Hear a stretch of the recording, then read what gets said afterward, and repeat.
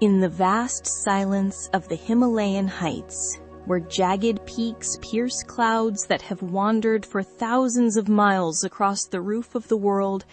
there exist valleys that most human eyes will never behold. These are not merely remote places made inaccessible by geography alone, though the terrain that guards them would test the most determined traveler. These valleys are hidden by something far more mysterious than distance or elevation, concealed behind veils woven from mist and prayer, from ancient blessing and protective magic, from the very fabric of perception itself. The Tibetan people know these sanctuaries as Beyul, the hidden valleys, and their story reaches back more than 12 centuries to a time when Buddhism first took root in the high plateau of Tibet, carried there by a master whose footsteps would mark the land as sacred for all the ages that followed. As twilight descends across the eastern Himalayas and the last golden light retreats from snow-crowned summits, leaving the valleys below wrapped in deepening blue shadow, we begin a journey into one of the world's most profound spiritual traditions. Tonight, we will walk paths that wind through both outer landscape and inner terrain, following the traces of hidden valleys that exist simultaneously as physical places tucked into the most remote folds of the greatest mountain range on Earth, and as spiritual dimensions accessible only to those whose hearts and minds have been prepared through practice and devotion. We will encounter waterfalls that serve as doorways between worlds, caves where teachings lie sleeping in the stone until the appointed moment of their awakening, and mountains that are understood not as mere geological formations, but as the sacred bodies of enlightened beings watching over practitioners who seek refuge in times of turmoil and strife. The story of the Beyul cannot be separated from the remarkable figure who consecrated them, a tantric master known to Tibetans as Guru Rinpoche, the precious teacher, though history remembers him also by his Sanskrit name Padmasambhava, which means lotus-born. In the 8th century of the Common Era, when much of the world was wrapped in what some historians would later call the Dark Ages, Tibet stood at a crossroads. The great Tibetan Empire, which had expanded its influence across Central Asia and even threatened the borders of Tang Dynasty China, was ruled by King Trisong Detsen, a monarch whose interests extended beyond military conquest and political power to encompass the spiritual welfare of his people and the establishment of a religious tradition that would shape Tibetan culture for more than a millennium to come. Before Buddhism's arrival, the high plateau of Tibet was home to an indigenous spiritual tradition known as Bon, a complex system of beliefs and practices that had evolved over centuries in the harsh and magnificent landscape. The Bon priests, with their distinctive rituals and their deep knowledge of the spirits that inhabited every mountain, lake, and pass, commanded great respect and wielded considerable influence throughout Tibetan society. They understood the land as alive with invisible presences, populated by deities both benevolent and wrathful who demanded proper propitiation, and whose anger could bring disaster in the form of avalanches, storms, disease, and crop failure. The rock faces and cave mouths, the high meadows and rushing streams, the snow peaks that caught the dawn light, all of these were recognized as dwelling places of powerful beings whose favor had to be earned and maintained through elaborate ceremonies and careful adherence to traditional protocols. Into this world of indigenous shamanic practice and local spirit worship came an invitation that would change everything. According to traditional accounts, sometime in the mid-8th century, King Trisong Detsen sent messengers on a journey that would take them south and west across the Himalayan passes, descending from the oxygen-thin plateau into warmer valleys and eventually reaching the lands that are now part of northern Pakistan and Afghanistan. Their destination was the ancient kingdom of Udayana, known in Tibetan as Orgyen, a region that had gained fame throughout the Buddhist world as a center of tantric learning and mystical practice. The king's messengers carried with them a request for assistance, for Tibet had already received Buddhist teachers, most notably the scholarly monk Shantarakshita, but the new teachings were meeting resistance not only from the established Bon priesthood, but from the land itself, or so it seemed. Whenever construction began on a Buddhist monastery, mysterious disasters would strike. Walls built during the day would collapse in the night. Foundations laid with care would crack and buckle. Floods would wash away supplies. Illness would strike the workers. It appeared that the local spirits, disturbed by the arrival of this foreign religion, were actively sabotaging the king's plans. Shantarakshita, a master of Buddhist philosophy and logic, who had composed influential treatises on the nature of reality and the path to enlightenment, recognized that what Tibet needed was not more philosophical instruction, but a practitioner skilled in the tantric methods that could address the spiritual forces opposing Buddhism's establishment. He recommended that the king invite Padmasambhava, a figure already legendary in India for his mastery of both scholastic learning and yogic powers, his ability to subdue hostile forces and convert obstacles into supports for the Dharma. The invitation was issued, and Padmasambhava, who already knew through his clairvoyant abilities that the request was coming, set out for Tibet, a journey that would require him to cross some of the most formidable terrain on the planet, climbing from the warm valleys of what is now northern Pakistan up through high mountain passes where the air grows thin and the cold can kill the unprepared traveler in a matter of hours. The story of Padmasambhava's birth sets the tone for all that follows, for according to the traditional accounts, he did not enter this world through the usual process of human gestation and delivery, but appeared miraculously, already 8 years old, seated upon a lotus blossom that floated on the surface of Lake Dhenakosha in the kingdom of Uddiyana. The lotus, with its roots in mud and its flower rising pure above the water's surface, served in Buddhist symbolism as an image of the enlightened mind that dwells in the world of suffering without being stained by it. And Padmasambhava's birth from this sacred plant announced his nature as a being whose very existence transcended ordinary categories of origin and becoming. The local Ping, Indra Bodhi, discovered the miraculous child and adopted him, raising him in the royal palace with all the privileges and education befitting a prince.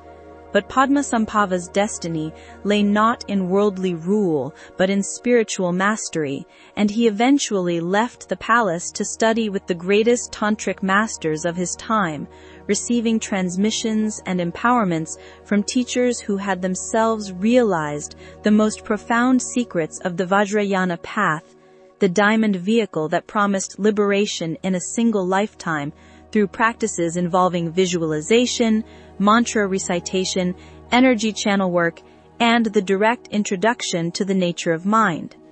By the time Padmasambhava received King Trisong Detsen's invitation, he had spent decades in rigorous training and practice. He had studied in the great monastic universities of India, where Buddhist scholarship reached its most sophisticated heights.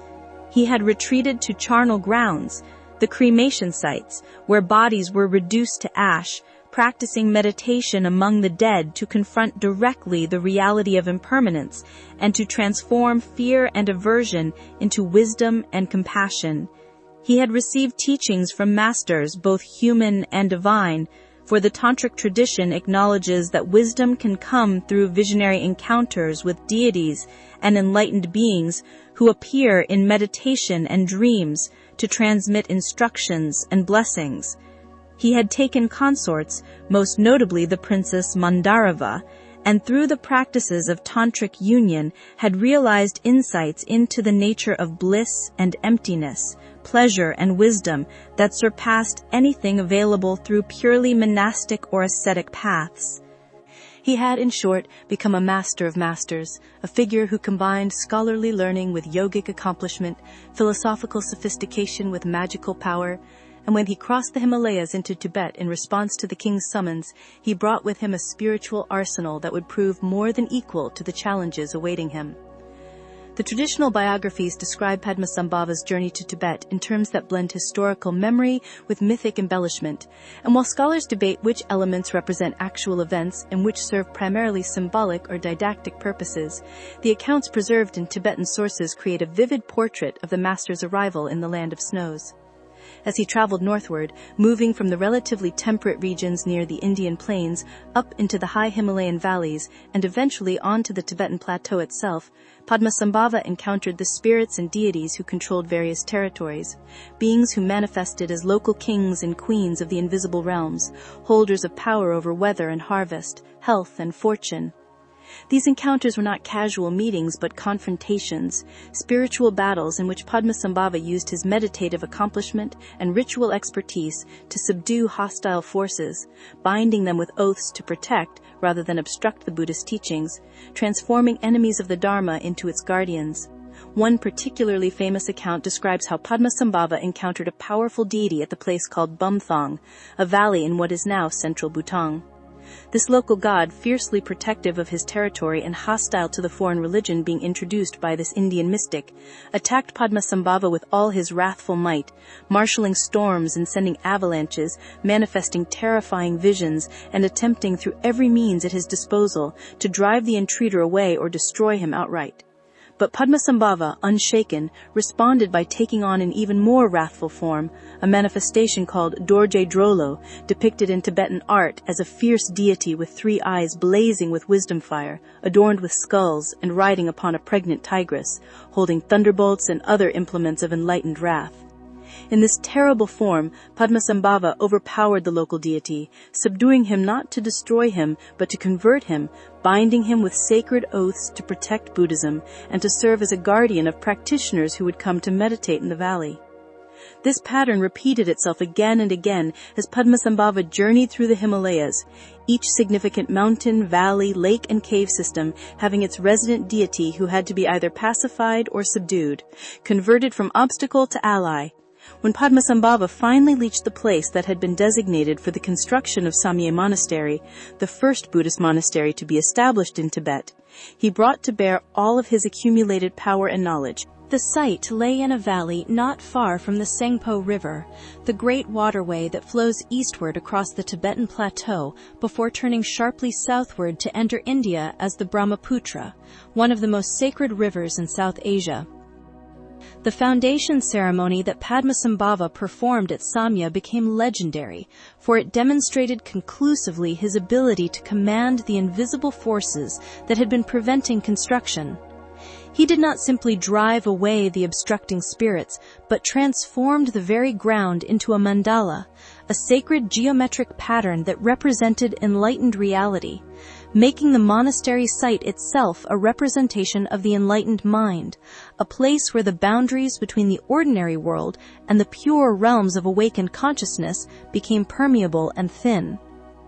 With Padmasambhava's assistance, construction proceeded without further supernatural interference, and Samye Monastery rose, its architecture deliberately designed to represent Buddhist cosmology, with the central temple symbolizing Mount Meru, the axis of the universe, surrounded by smaller temples representing the continents and subcontinents arrayed around that cosmic mountain.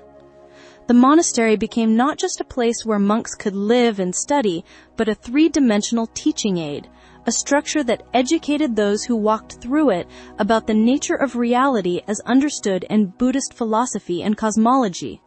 More importantly for our story, Samye became a base from which Padmasambhava could range throughout Tibet, traveling to remote regions, blessing sites, meditating in caves, teaching disciples, and gradually establishing the infrastructure, both physical and spiritual, that would allow Buddhism to take deep root in Tibetan soil. During these travels throughout Tibet, Padmasambhava was often accompanied by Yeshe Sogyal, a remarkable woman who had been offered to him as a consort by King Trisung Detsen.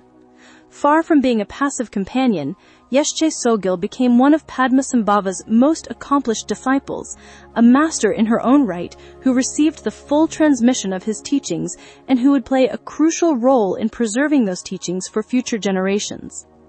The accounts describe her as possessing an extraordinary memory, able to recall perfectly everything that Padmasambhava taught, and she served as his scribe and chronicler, writing down instructions and practices that might otherwise have been lost. Her relationship with Padmasambhava exemplified the Tantric Buddhist approach to spiritual partnership, in which male and female practitioners work together as equals, each supporting the other's development, neither subordinate to the other, but both united in their commitment to awakening for the benefit of all beings. As Padmasambhava journeyed through the Tibetan landscape, he saw not just mountains and valleys, lakes and rivers, but a sacred geography, a terrain whose every significant feature possessed spiritual meaning and potential. He understood through his visionary awareness that certain places were naturally conducive to meditation and realization, locations where the energies of earth and sky, rock and water, came together in particularly auspicious configurations. These were power places, spots where the veil between the ordinary world and enlightened dimensions grew thin, where deities dwelled, where practitioners could make rapid progress in their practice. Some of these sacred sites Padmasambhava blessed and marked as pilgrimage destinations, places to which future generations of practitioners would journey, to meditate in caves where he himself had meditated, to receive blessings at rock faces where his hands had left impressions, to drink from springs whose waters he had blessed with healing and purifying qualities. But Padmasambhava's vision extended beyond his own time. He possessed, according to the traditional accounts, the clairvoyant ability to perceive not only the present state of Tibet, but its future trajectory. And what he saw troubled him. He foresaw that Buddhism, despite the royal support it enjoyed under King Trisong Dipsen, would face periods of severe persecution. He knew that political upheavals, foreign invasions, and the eventual fragmentation of the Tibetan Empire would create conditions hostile to Buddhist practice. He understood that there would come times when it would be dangerous to be known as a Buddhist practitioner, when monasteries would be destroyed, texts burned, monks and nuns killed or forced to return to lay life, when the very survival of the teachings would hang in the balance. This prophecy was not merely pessimistic speculation, but precise foreknowledge of historical events that would indeed unfold in the centuries following his death, most notably during the reign of King Longdharma in the 9th century, a Bon sympathizer whose persecution of Buddhism nearly succeeded in eradicating the religion from Tibet entirely. Knowing what was to come, Padmasambhava made a decision that would have profound consequences, reaching down through the centuries to our own time. He determined to create refuges, sanctuaries where the Buddhist teachings and those who practiced them could survive even the darkest periods of persecution and decline. But these could not be ordinary monasteries or easily accessible places, for such sites would be the first targets of any persecution. They needed to be hidden, concealed not just by distance or difficult terrain, but by spiritual protection, by blessing, by the very nature of perception itself. They needed to be places that could only be found by those who truly needed them and who were spiritually prepared to recognize them. Valleys that would remain invisible to the unworthy or the hostile, protected by forces both natural and supernatural, guarded by deities who would manifest as dangerous weather, treacherous terrain, or fierce animals to turn back those who approached without proper intention or preparation. And so Padmasambhava, working in conjunction with Yeshe Tsogyal and other accomplished disciples, began the great work of consecrating the hidden valleys.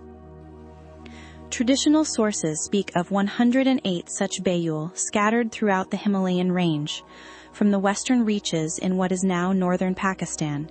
through the high plateaus of Tibet proper, extending eastward into regions that would later be known as Sikkim and Bhutan, and reaching as far south as the valleys of Nepal that nestle against the Himalayan foothills.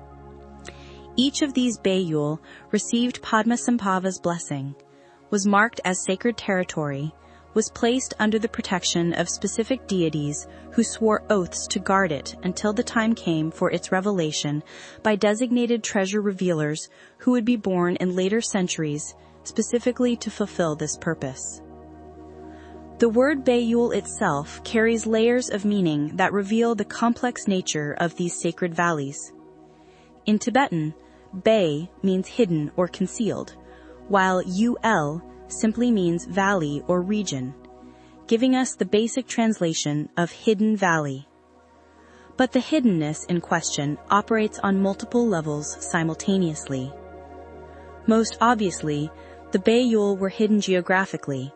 tucked into remote corners of the Himalayas where sheer distance, difficult terrain, and harsh climate discouraged casual exploration. These were not places one could stumble upon by accident during an afternoon stroll, but destinations that required weeks or months of arduous travel through some of the most challenging landscape on Earth, crossing high passes where altitude sickness could strike without warning, navigating narrow trails where a single misstep might send the traveler plummeting into an abyss, fording icy rivers swollen with glacial melt, ascending slopes where rockfall and avalanche presented constant dangers.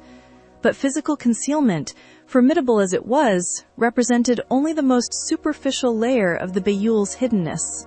More profound was the spiritual concealment achieved through Padmasambhava's blessings and the protection of guardian deities. According to Buddhist understanding, the Beyul existed in a state of liminality, occupying a zone where the material and the spiritual interpenetrated, where the ordinary world of rocks and rivers, trees and clouds coexisted with enlightened dimensions accessible only to those with the proper karmic connection and spiritual preparation. A person could physically enter a Beyul valley, could walk through its meadows and drink from its streams, camp beside its rivers and climb its surrounding peaks, without ever truly entering the Beyul in the deeper sense, without accessing the sacred dimensions that made it a genuine refuge and power place. The valley would appear to such a person as merely another beautiful but ultimately ordinary Himalayan landscape, impressive perhaps in its grandeur, but offering nothing beyond what geography and geology might provide. To truly enter a Beyul, to experience it as the sacred refuge that Padmasambhava had consecrated, required qualities of heart and mind that could not be faked or forced.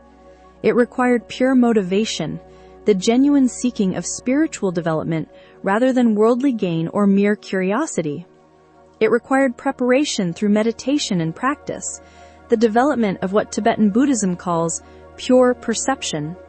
the ability to see the sacred nature that pervades all reality but remains invisible to ordinary consciousness clouded by ignorance, attachment, and aversion. It required karmic ripening, the maturation of positive imprints left on the mind stream through previous virtuous actions, devotion, and practice. Most fundamentally, it required the appropriate time, for the Beyul were not meant to be continuously accessible, but were designed to reveal themselves at specific moments in history when conditions in the outer world made them necessary as refuges, and when conditions in the practitioner's mind made genuine recognition possible. The traditional count of 108 Beyul holds symbolic significance, for this number appears repeatedly in Buddhist practice and iconography. There are 108 beads on a mala, the prayer rosary used to count mantras during meditation. Buddhist texts enumerate 108 defilements that obstruct enlightenment, 108 types of mental afflictions, 108 forms of consciousness, 108 sacred texts, 108 earthly desires. The number resonates with completeness, with the fullness of the Dharma, with comprehensive protection and blessing.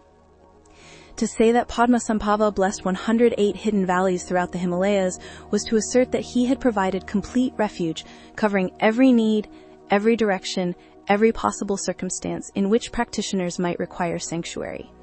These sacred valleys were understood to function as mandalas in the landscape, three-dimensional representations of enlightened reality mapped onto the earth itself.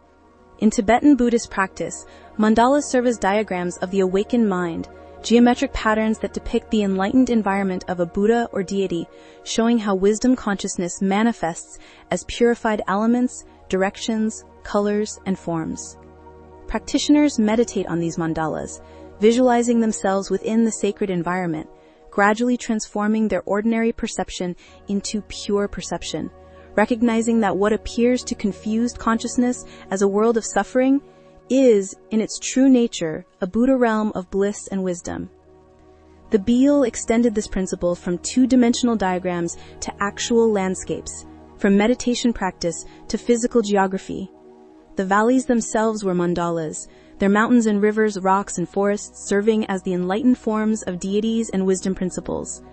This mandala quality meant that the Beyul functioned as celestial pure lands manifesting within the human realm. Buddhist cosmology describes numerous pure lands, paradise dimensions created through the compassionate intention of Buddhas as ideal environments for beings to practice and realize enlightenment without the obstacles and distractions that plague ordinary existence. The most famous of these pure lands is perhaps Sukhavati, the land of bliss, created by Amitabha Buddha in the western direction. But many Buddhas and great bodhisattvas maintain pure lands as gathering places for their disciples. What made the Beyul remarkable and unique was their status as pure lands that existed within the physical world, accessible not just through death and rebirth in a celestial dimension, but through actual travel in this lifetime, through journeying on foot across mountain passes and into hidden valleys where the enlightened and the ordinary realms intersected and overlapped. The relationship between Beyul and dakinis formed another crucial dimension of these sacred landscapes. Dakinis, whose name in Tibetan is Khandroma, literally sky-goer, are female embodiments of enlightened wisdom, beings who move freely through all dimensions of existence, sometimes appearing in physical form to teach and guide practitioners, sometimes manifesting in visions and dreams, sometimes dwelling invisibly in sacred sites where their presence can be felt by those with subtle perception. In Tantric Buddhism, dakinis play multiple essential roles. They transmit teachings, often using symbolic or cryptic language that requires interpretation. They test practitioners, appearing in challenging forms to reveal where attachments and aversions remain. They protect sacred sites and teachings from profanation. They inspire and bless those who approach them with devotion and pure intention. The Beyul were understood as dwelling places of dakinis, landscapes permeated by their enlightened feminine energy, and many of the spiritual treasures hidden in these valleys were said to be held by dakinis until the proper time came for their revelation to worthy treasure revealers. Protecting each Beyul were not only dakinis, but also an array of other guardians, beings whose task was to keep the hidden valleys concealed from those who would misuse or defile them, while making them accessible to genuine practitioners who approached with sincere hearts. These protective forces manifested in ways both subtle and dramatic. Weather itself served as a guardian, with mists descending to obscure trails and landmarks just as an inappropriate seeker approached, with sudden storms driving back expeditions whose timing or motivation was improper, with fog so dense that even familiar paths became mazes, where travelers wandered in circles without making progress toward their destination. The snow that fell abundantly in the high Himalayas could bury routes and passes, making certain approaches to Beyul completely impassable for much of the year, accessible only during brief windows when conditions temporarily allowed passage. Animals, too, acted as protectors of the hidden valleys. Snow leopards, those magnificent and elusive cats whose spotted coats provide perfect camouflage against the rocky slopes of their mountain habitat, were understood as manifestations of protective deities, guardians who would turn aggressive if humans ventured where they should not go, whose very presence marked certain areas as off-limits. The creature known in Tibetan as Yeti and in Western popular culture as the abominable snowman appears in traditional accounts not as a mere cryptozoological curiosity, but as another form taken by protective forces, a being that could appear terrifying to frighten away inappropriate seekers, while remaining benign or even helpful to practitioners whose pure motivation granted them safe passage. Bears and wolves, eagles and ravens, Even the smaller creatures of the mountains all participated in the web of protection surrounding Beyul, responding to the spiritual qualities of those who entered their territories, behaving normally toward hunters and herders, going about legitimate business, but manifesting strangely, aggressively, or deceptively toward those whose presence violated the sacred nature of the landscape. Many Beyul were specifically identified with the physical forms of tantric deities, particularly female Buddhas and bodhisattvas whose enlightened awareness manifested as the very substance of mountains and valleys, rivers and lakes.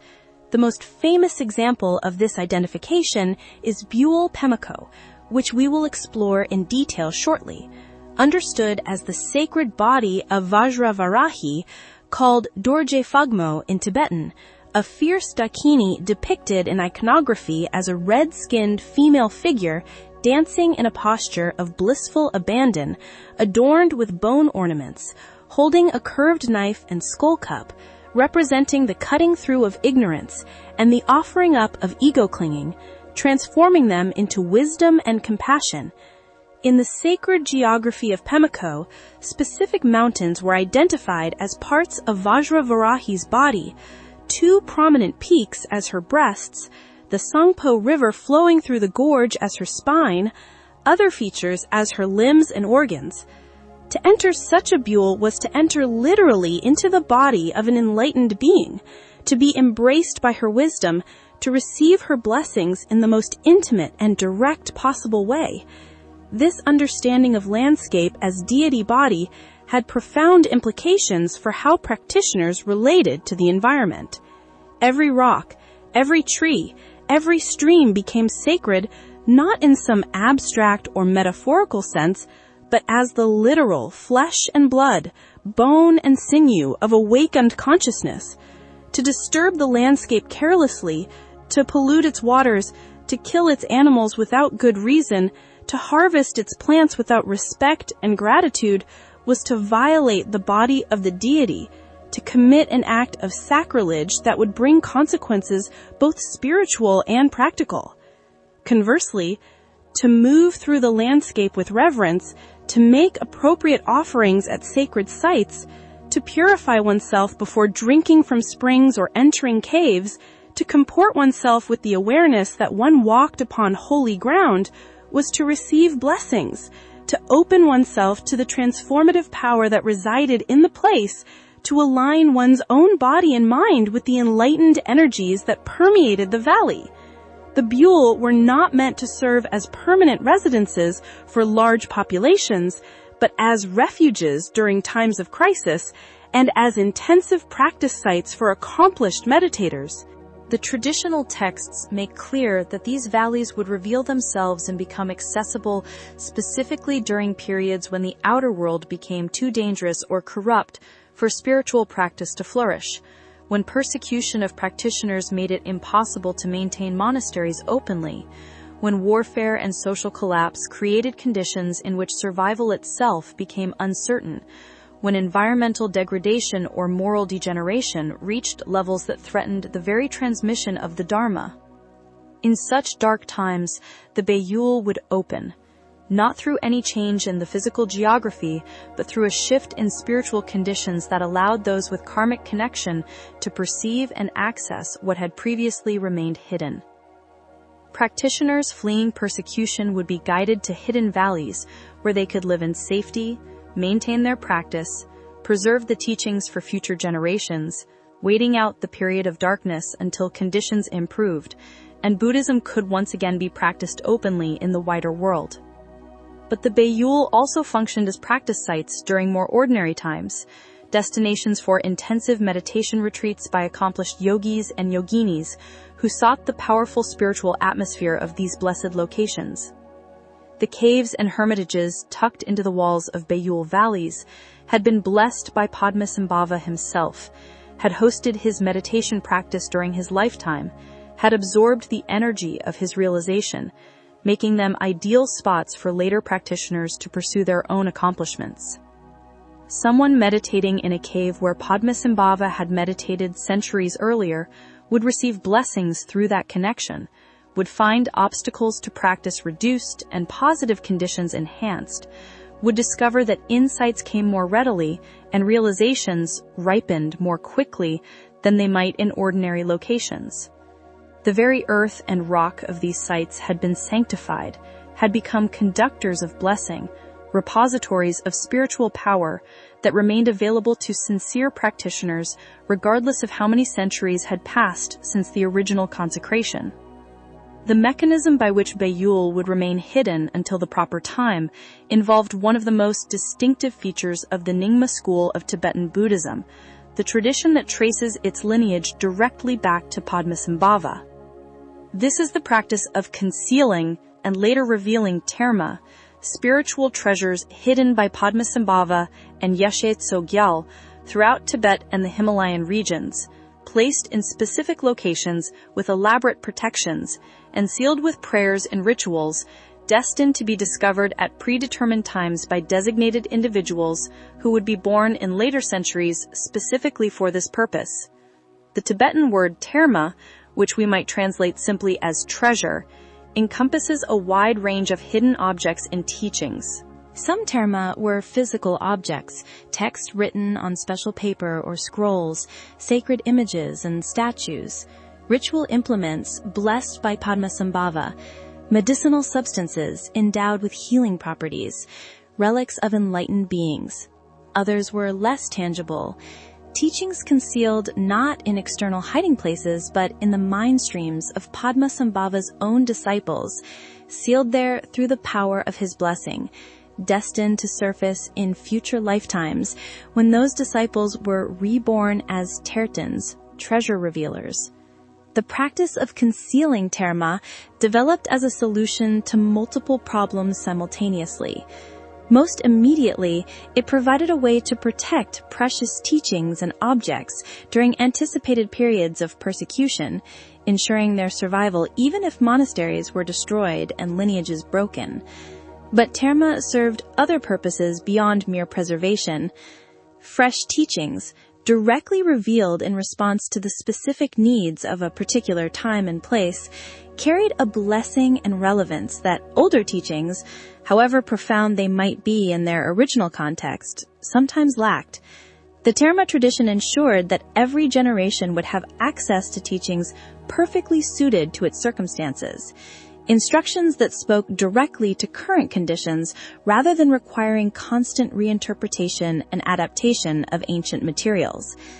Additionally, the terma system created a mechanism for ongoing revelation, for continuous renewal of the tradition, preventing stagnation and keeping the Dharma vital and alive, rather than allowing it to calcify into mere scholastic repetition of inherited formulas. The hiding places chosen for terma reflected both practical considerations of preservation and symbolic dimensions of meaning. Some treasures were concealed in caves, tucked into crevices in the rock, or buried beneath the floor of meditation chambers, protected from the elements and from casual discovery. Others were placed inside stupas, the characteristic Buddhist monuments that served as reliquaries and objects of veneration,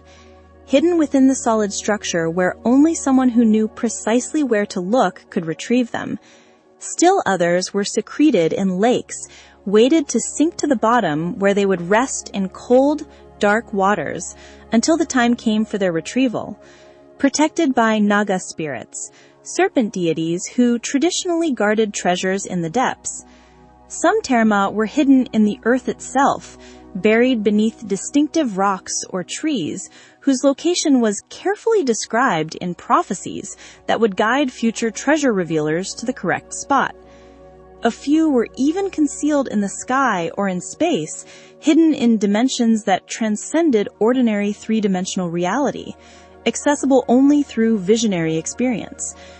Perhaps most remarkably, many terma existed primarily or exclusively as what are called gangtur, mind treasures, teachings concealed not in external locations, but within the very awareness of Padmasambhava's own disciples. Through a process called mind mandate transmission, Padmasambhava would implant a teaching directly into the mind stream of a student, seal it there with his blessing, and make prayers that in a future lifetime, when that disciple was reborn as a Tibetan, and when conditions had ripened appropriately, the seal teaching would spontaneously emerge into conscious awareness, fully formed, and ready to be practiced and transmitted to others.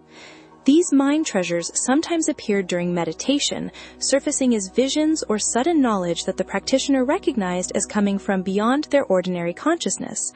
Other times, they emerged through dreams, with the Tibetan awakening to find that they possessed complete understanding of a practice or teaching that they had not known the night before. Still other mind treasures were triggered by symbolic encounters, by seeing a particular object or place, hearing a specific sound, or meeting a certain person, these external stimuli acting as keys that unlocked the treasure concealed in the practitioner's own awareness. When terma were written texts, they were often encoded in what is called dakini script, a symbolic writing system that looked to the uninitiated like random marks or decorative patterns, but which revealed meaning to Tibetans who possessed the karmic connection and spiritual realization necessary to decode them. A Tibetan discovering a text in dakini script might see initially only a few syllables or a single line, pregnant with meaning but requiring elaboration. Through meditation on these seed syllables, the full teaching would unfold, the brief cryptic notation expanding into detailed instructions, practices, and commentaries. The process resembled how a compressed computer file might be unzipped to reveal its full contents. Except here the compression and expansion occurred through spiritual rather than technological means, with the Tibetan's own realization serving as the key that unlocked the compact encoding and allowed the teaching to manifest in its complete form. The individuals designated to discover and reveal these hidden treasures, the Tibetans themselves, were not self-appointed or self-declared. Padmasambhava had prophesied specific treasure revealers by name, describing when they would be born, where they would come from, what teachings they would reveal, even details about their physical appearance and life circumstances. These prophecies themselves often formed part of terma treasures, discovered by early Tibetans and containing lists of future revealers who would come after them. A person claiming to be a Tibetan had to demonstrate authentic connection to the lineage, had to present terma that matched what the prophecies described, had to show signs and accomplishments that validated their spiritual realization. The community of practitioners and lamas would scrutinize claimed revelations carefully, comparing them against prophetic descriptions, testing them through practice to see if they worked, evaluating the character and accomplishment of the person making the claims. Authentic Tibetans often displayed remarkable abilities and signs of accomplishment. They might show clairvoyance, knowing things about people or situations that they could not have learned through ordinary means. They might demonstrate power over the elements, pacifying storms or causing rain, healing illnesses that had resisted other treatments. Most importantly, the teachings they revealed had to produce results when practitioners applied them, had to lead to genuine spiritual development, to experiences of insight and transformation, to the signs of progress that the tradition recognized as authentic markers of accomplishment. A teaching that sounded impressive but led nowhere, that failed to generate realization in those who practiced it sincerely, would be recognized as false, the product of delusion or deception rather than genuine revelation. The first of the great Tara revealers appeared in the late 10th and early 11th centuries, several hundred years after Padmasambhava's time. This gap allowed the prophecies to be tested, for if the Tara tradition were merely a clever fraud, one would expect immediate claims of revelation by people seeking status and influence. The fact that generations passed before the first terama began to be discovered suggested that something more than simple forgery was occurring, that the system was operating according to its own internal logic and timing rather than according to human impatience or ambition. Among the earliest and most influential Tibetans was Nyangryil Nima Ozer, born in the year 1124, who revealed important terama that included guidebooks describing sacred sites and pilgrimage routes, texts that would become essential references for later practitioners seeking access to Beyul during times of crisis. Another pivotal figure in the Terma tradition was Rigdzin Godam, also known as Rigdzin Nodrup Gyaltsen, who lived from 1337 to 1409. He became famous as the revealer of the Northern Treasures, a vast collection of teachings that would form one of the major Terma cycles in the Nyingma tradition. But Rigdzin Godam's significance for our story extends beyond his role as a Tertan to his pioneering work as an explorer and opener of Beyul.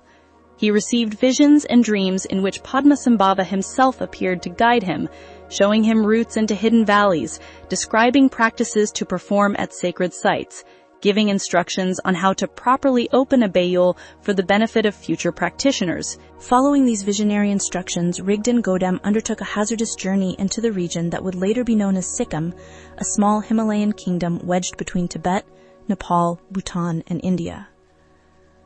The valley that Rigdzin Godam sought bore the name Dremojong in the prophecies, meaning the Valley of Rice or the Valley of Fruits, a promised land of abundance and spiritual power. To reach it, he had to cross a high northwestern pass called Chort and Nima, navigating through snow and ice, probably in conditions that would have killed a less determined or less blessed traveler. The traditional accounts speak of how protective deities manifested as snowstorms to test his resolve, how the route seemed to shift and change as he traveled, how obstacles appeared that would have turned back anyone lacking pure motivation and spiritual preparation. But Rigdzin Godam persevered, sustained by his visions and by the blessing he carried as a prophesied opener of hidden lands. When he finally descended from the high passes into the lush valleys below, he recognized the landscape from his dreams, knew that he had successfully entered Dremojong, that what had been hidden was now, through his efforts, partially revealed and opened for future generations. But the full establishment of Sikkim as an accessible Beyul required further work by later masters. Nearly 300 years after Rigdzin Godam's pioneering journey, another accomplished Tertan named Latsun Namkha Jikme, who lived from 1597 to 1653, received his own visions directing him to Sikkim. He traveled to this hidden land and performed extensive ceremonies there,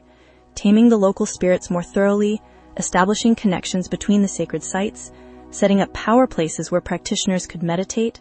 founding monasteries and hermitages that would serve as bases for spiritual practice. Through Latsun Namkha Jikme's efforts, Sikkim became firmly established in the Dharma, transformed from a valley that only a few pioneering explorers could access into a Beyul that could support communities of practitioners, a refuge that would indeed serve its intended purpose during the political upheavals and persecutions that periodically afflicted Tibet. The Terma treasures associated with Beyul included not just general spiritual teachings, but specific practical information essential for anyone attempting to locate and enter these hidden valleys. These guidebooks, known as Neyig when they focused on pilgrimage routes, and Lamyig when they provided path descriptions, contained detailed instructions that combined geographical information with spiritual advice. Following these visionary instructions, Rigdzin Godam undertook a hazardous journey into the region that would later be known as Sikkim, a small Himalayan kingdom wedged between Tibet, Nepal, Bhutan, and India. The valley that Rigdzin Godam sought bore the name Dremojong in the prophecies, meaning the Valley of Rice or the Valley of Fruits, a promised land of abundance and spiritual power. To reach it, he had to cross a high northwestern pass called Chort and Nima, navigating through snow and ice, probably in conditions that would have killed a less determined or less blessed traveler. The traditional accounts speak of how protective deities manifested as snowstorms to test his resolve, how the route seemed to shift and change as he traveled, how obstacles appeared that would have turned back anyone lacking pure motivation and spiritual preparation. But Rigdzin Godam persevered, sustained by his visions and by the blessing he carried as a prophesied opener of hidden lands. When he finally descended from the high passes into the lush valleys below, he recognized the landscape from his dreams, knew that he had successfully entered Dremojong, that what had been hidden was now, through his efforts, partially revealed and opened for future generations. But the full establishment of Sikkim as an accessible Beyul required further work by later masters. Nearly 300 years after Rigdzin Godam's pioneering journey, another accomplished Tertan named Latsun Namkha Jikme, who lived 1597 to 1653, received his own visions directing him to Sikkim. He traveled to this hidden land and performed extensive ceremonies there, taming the local spirits more thoroughly, establishing connections between the sacred sites, setting up power places where practitioners could meditate, founding monasteries and hermitages that would serve as bases for spiritual practice. Through Lotson Namkha Jigme's efforts, Sikkim became firmly established in the Dharma, transformed from a valley that only a few pioneering explorers could access into a Beyul that could support communities of practitioners, a refuge that would indeed serve its intended purpose during the political upheavals and persecutions that periodically afflicted Tibet. The Terma treasures associated with Beyul included not just general spiritual teachings, but specific practical information essential for anyone attempting to locate and enter these hidden valleys. These guidebooks, known as Nayig when they focused on pilgrimage routes, and Lamyig when they provided path descriptions, contain detailed instructions that combine geographical information with spiritual advice. A typical Beyul guidebook might describe the approach to the valley from multiple directions, noting landmarks and natural features that would help orient the traveler. It would specify where passes could be crossed and during what seasons. It would identify sources of water and places suitable for camping. It would mark caves and other potential shelter locations. But interwoven with these practical details would be spiritual instructions. The texts would describe which deities protected which sections of the route, what offerings should be made at particular spots, what mantras should be recited to ensure safe passage, what visualizations would activate the blessing of the landscape, what signs would indicate that one was approaching the Beyul successfully, or that one had taken a wrong turn, either physically or spiritually. These guidebooks often employed poetic and symbolic language that required interpretation. A text might speak of journeying toward a mountain shaped like a heap of jewels, or describe following a river that sang with Dakini voices. It might give distances in terms of how many days a spiritually accomplished practitioner could travel rather than in standard measures of length. Or it might describe the route in terms of inner experiences and visions as much as outer geography. This multi-layered quality meant that the guidebooks functioned simultaneously as practical travel directions and as spiritual teachings, maps of both outer territory and inner development. Someone reading these texts purely as geographical documents would likely become hopelessly confused, while someone who understood the symbolic dimension and who possessed the karmic connection to the Beyul being described would find that the texts illuminated the path both literally and metaphorically. The question of timing runs through the entire Beyul tradition like a river flowing through a valley, shaping everything it touches. Padmasambhava did not consecrate these hidden refuges with the intention that they be immediately accessible to everyone who might wander into the appropriate geographical region. The whole point of hiding them was to preserve them for future need, to keep them pure and protected until the moment when conditions demanded their revelation and when sincere practitioners required the sanctuary they offered. Buddhist cosmology speaks of progressive degeneration through various ages, with humanity moving further from the enlightenment and compassion that characterized earlier epochs, deeper into periods dominated by ignorance, greed, and aggression. The text describes signs of these degenerate times: shortened human lifespans, increased prevalence of disease, environmental destruction, moral corruption, warfare and violence becoming normalized, the teachings of enlightenment growing obscured and diluted, practitioners becoming rare, and accomplishment even rarer. When such conditions manifested, when the world had declined to the point where spiritual practice could barely survive in ordinary circumstances, then the Beyul would reveal themselves. But revelation did not mean that the valleys would suddenly appear on maps or that roads would be built making them easily accessible. Rather, it meant that the karmic and spiritual conditions would ripen, such that those who truly needed refuge would find themselves guided to hidden valleys by dreams and visions, by chance encounters with lamas who possessed knowledge of the routes, by inexplicable compulsions to travel in certain directions, by the intervention of protective deities who would lead sincere seekers while continuing to turn away the unprepared. The Beyul would open not through any change in the physical geography, but through an opening in the veil of perception. allowing those with pure hearts and ripened karma to see and access what had always been there, but had remained invisible to ordinary consciousness. History has provided tragic validation of Padmasambhava's foresight regarding future persecution of Buddhism in Tibet.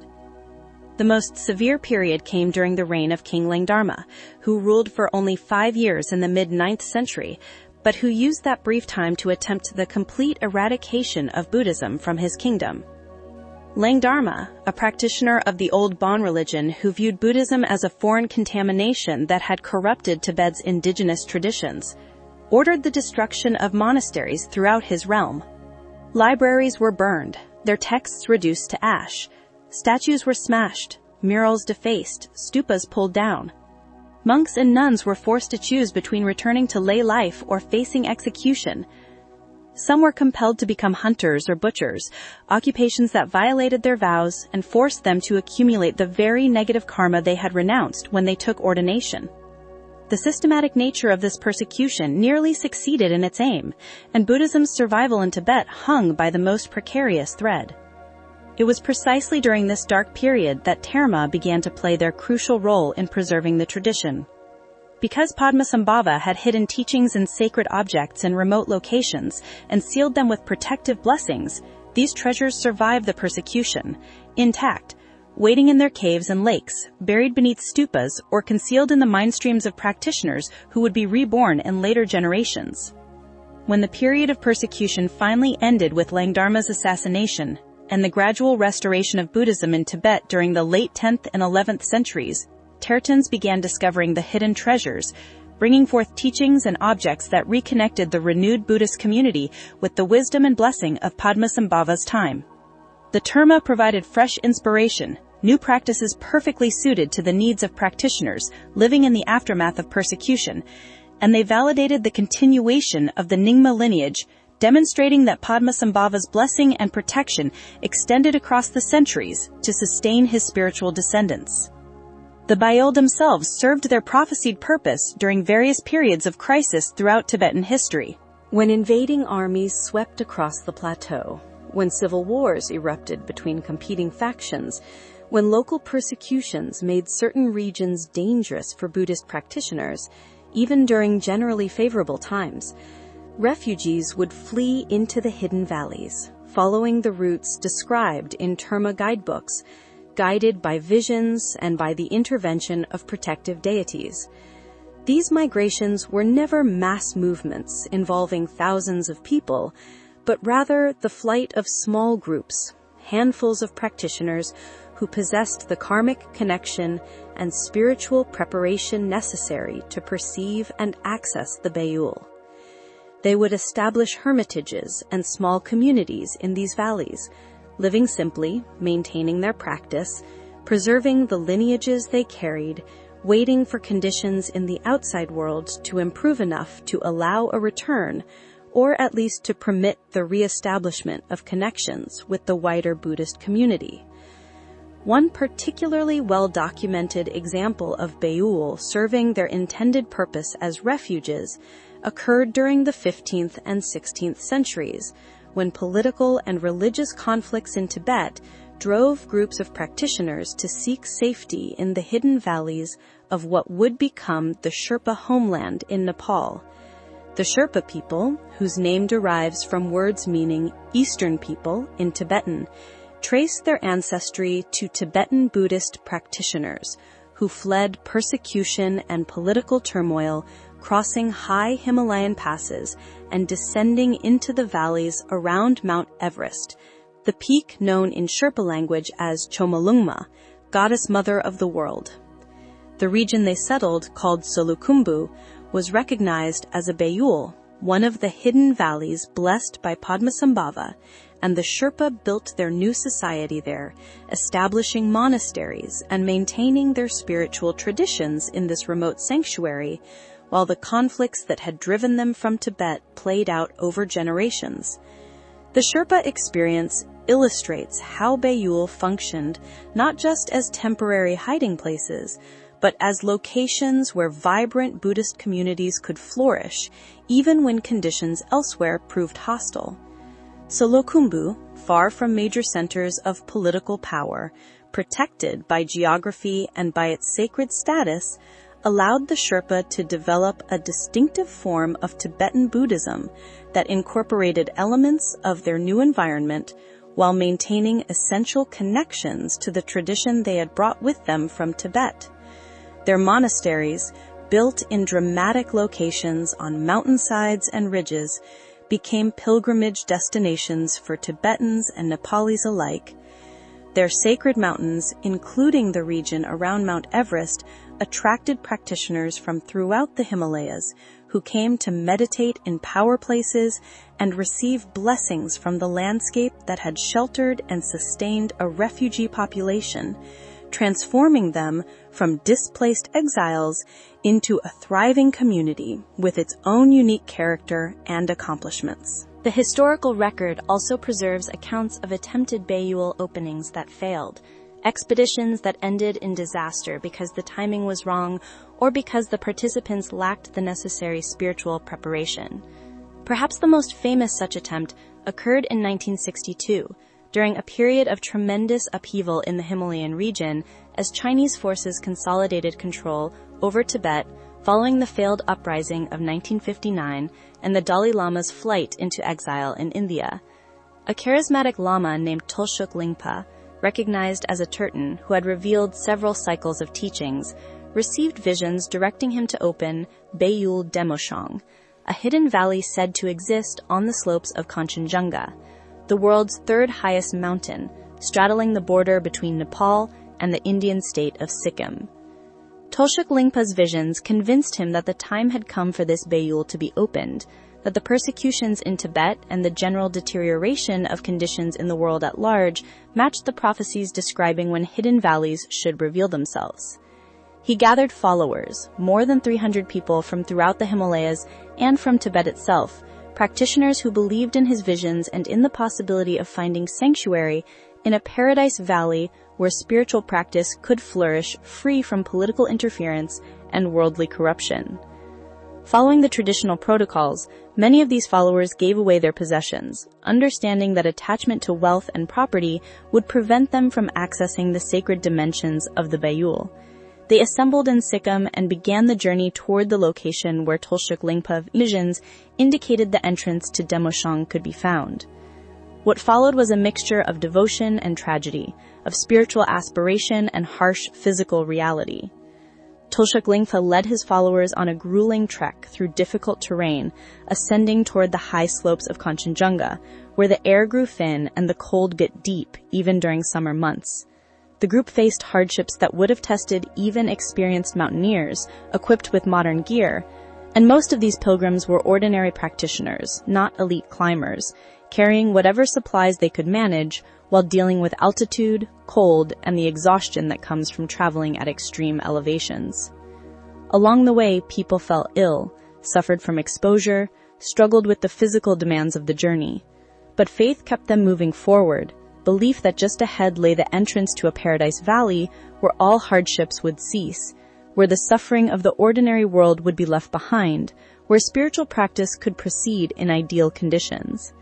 The entrance to the Beyul did not reveal itself. Despite Tulshuk Lingpa's visions, despite the devotion of his followers, despite their willingness to sacrifice comfort and safety in pursuit of the hidden land, the door they sought remained closed. They reached locations that matched the descriptions in the prophecies, but no miraculous opening appeared in the mountain face, no valley of abundance manifested before their eyes. The expedition eventually had to turn back, returning to ordinary settlements where survivors struggled to rebuild lives they had given up in anticipation of relocating permanently to a paradise that had not materialized for them. Some followers lost faith, concluding that Tulshuk Lingpa's visions had been delusions. Others maintained that the timing had simply been wrong, or that some obstacle had prevented the opening, despite the Lama's genuine realization and the purity of his intention. Still others suggested that perhaps the Beyul had opened for Tulshuk Lingpa himself, on a level invisible to most of the group, that he had achieved the spiritual access even if the physical entrance remained concealed. This failed expedition illustrates a crucial aspect of the Beyul tradition, the relationship between outer journey and inner transformation, between physical geography and spiritual readiness. The texts make clear that one cannot force entry into a hidden valley through mere determination or physical prowess. The Beyul reveal themselves according to their own mysterious timing, when karmic conditions have ripened, when the spiritual preparation of seekers has reached the necessary level, when the world situation genuinely requires their opening. Attempting to access a Beyul prematurely, or trying to enter for impure motivations such as curiosity or the desire for material gain, will meet only failure and possibly danger, for the protective forces surrounding these valleys remain active until the proper moment arrives and the proper individuals approach with appropriate intentions.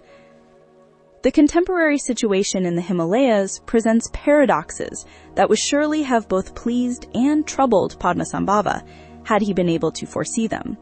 On one hand, the Chinese occupation of Tibet beginning in the 1950s, the destruction of thousands of monasteries during the Cultural Revolution, and the ongoing restrictions on religious practice in Tibetan regions represent exactly the kind of persecution and degeneration that the Beyul were meant to address, conditions under which hidden valleys should theoretically reveal themselves to provide refuge for displaced practitioners. And indeed, in the decades following the failed uprising of 1959, many Tibetan refugees did flee into valleys that had been recognized as Beyul, settling in the southern reaches of Pamako that lie within Arunachal Pradesh in India, establishing communities in Nepal's hidden valleys, finding sanctuary in Bhutan's sacred landscapes. These migrations replicated patterns from centuries earlier, with persecuted practitioners once again seeking and finding refuge in the protected environments that Padmasambhava had blessed for precisely this purpose. On the other hand, the modern era has brought threats to the Beyul themselves that Padmasambhava could not have anticipated. Climate change affects the Himalayan environment in dramatic ways, with glaciers retreating, weather patterns shifting, plant and animal species migrating to higher elevations or disappearing entirely. Development pressures increase as roads penetrate deeper into previously inaccessible valleys, as hydroelectric projects dam rivers and flood gorges, and mining operations extract minerals from sacred mountains. Tourism, both religious pilgrimage by Buddhists from around the world and secular adventure tourism by trekkers and mountaineers seeking spectacular scenery and physical challenges, brings money and attention to regions that were once known only to local populations and a handful of dedicated practitioners. National borders imposed divisions that had no meaning in traditional Tibetan geography, cutting across sacred landscapes and making pilgrimage routes that once flowed naturally across mountains and valleys subject to political restrictions and visa requirements. Most insidiously, perhaps, the very concept of Beyul as hidden valleys protected by spiritual forces risks degradation into mere tourist attractions, sacred sites reduced to items on bucket lists, profound spiritual environments commodified and marketed to consumers seeking exotic experiences. When this happens, when a Beyul becomes just another destination to be photographed and posted on social media, checked off a list of places visited, the sacred dimension that made it a Beyul in the first place becomes attenuated, weakened, potentially lost. The protective forces that once guarded these valleys from inappropriate intrusion face challenges they were never designed to handle. For the old methods that turn back invading armies or hostile persecutors through manifestations of fierce weather and dangerous animals prove less effective against modern technology, satellite mapping, helicopter access, and the sheer numbers of people who can reach even very remote locations given sufficient resources and determination. Yet the tradition maintains that true Beyul remain hidden regardless of outer changes, that their essential nature as spiritual refuges persists beneath and beyond whatever physical alterations might occur in the geographical locations associated with them. A valley that has become accessible to mass tourism and development may cease to function effectively as a Beyul for future generations, but this represents the exhaustion of one particular physical site's ability to serve as a refuge, rather than the destruction of the Beyul principle itself. The teachings suggest that new hidden valleys can reveal themselves, that the sacred geography remains fluid and responsive to spiritual needs, that Padmasambhava's blessing extends to landscapes not yet recognized as Beyul, but which may come to serve that function when conditions ripen appropriately. The tradition, in other words, remains living rather than fossilized, capable of adaptation and renewal, responsive to changing circumstances, while maintaining its essential character and purpose. Among the 108 Beyul blessed by Padmasambhava, certain valleys stand out as particularly significant, either because of their prominence in the traditional literature, because of their distinctive geographical features, because of their historical role in providing refuge during times of persecution, or because of their spiritual importance within the overall sacred geography of the Himalayas. To understand the Beyul tradition fully requires journeying to these major hidden valleys, exploring them as both physical locations and spiritual landscapes, recognizing how geography and mythology, outer terrain and inner meaning interweave to create places that exist simultaneously in multiple dimensions of reality. The supreme Beyul, the most revered and mysterious of all hidden valleys, the one that has captured imaginations and inspired quests for centuries, is Pamako, whose name translates as the Lotus Array, or, in fuller renderings, the hidden land shaped like a lotus, or the Lotus of Great Bliss. This Beyul occupies a region of extraordinary geographical drama in the far southeastern corner of Tibet, where the Tsangpo River, which has flowed generally eastward across the Tibetan plateau for hundreds of miles, suddenly turns sharply southward in a hairpin bend around the massive peak of Namcha Barwa, which rises to an elevation of 25,531 feet. The river, having encountered this insurmountable barrier, carves through the mountains in what is called the Great Bend, creating a gorge that ranks as the deepest on Earth, plunging more than 17,000 feet from the surrounding peaks to the river far below, a chasm 3 times deeper than Arizona's Grand Canyon, and far more inaccessible due to its nearly vertical walls, its perpetual mists, and the dense vegetation that clings to whatever surfaces offer purchase. The river here is not a serene waterway, but a living force of tremendous power, tearing through solid rock, carrying massive boulders in its flow, carving ever deeper into the mountains, an elemental demonstration of water's capacity to reshape even the most resistant materials, given sufficient time and relentless energy. This is not a place where humans easily venture, and even in the 21st century, with all the advantages of modern equipment and communication, the depths of the Tsangpo Gorge remain among the most challenging environments on Earth to access and explore. The sacred geography of Pamako extends beyond the gorge itself, to encompass the surrounding peaks and valleys, the tributaries that feed into the Tsangpo, and the regions both in Tibet and across the border in what is now the Indian state of Arunachal Pradesh. The traditional understanding, preserved in Terma texts revealed by various Turtans across the centuries, identifies this entire landscape as the physical body of the deity Vajravarahi, known in Tibetan as Dorje Phagmo, the diamond sow. This fierce Dakini appears in tantric iconography as a red-skinned female figure, naked except for bone ornaments, dancing in a posture that expresses both ecstatic bliss and wrathful power, holding a curved knife that cuts through ignorance and a skull cup that contains the transformed essence of ego clinging. Her right leg raised, her left foot planted on the corpse of self-grasping, her sow's head emerging from the side of her human head as a symbol of the transformation of the most base and despised aspects of existence into wisdom. In the landscape of Pamako, specific geographical features map onto Vajravarahi's anatomy. The peak of Namcha Barwa and another nearby summit, Jalapari, form her breasts, snow-covered and majestic, sources of the glacial waters that feed the rivers below. The Tsangpo River, flowing through the gorge, represents her spine, the central channel through which energy flows in the subtle body, connecting the lower chakras of worldly existence with the higher centers of wisdom and enlightenment. Other mountains form her limbs, valleys represent her organs, lakes serve as her eyes, springs as the pores of her skin. To enter Pamako is thus to enter into the most intimate possible relationship with the deity, to be embraced by her, to walk upon and within her body, to receive her blessings in the most direct and tangible way. Every rock and tree, every stream and meadow becomes sacred as part of her physical manifestation, and practitioners approach the landscape with the reverence due to an enlightened being whose very substance has become the earth beneath one's feet.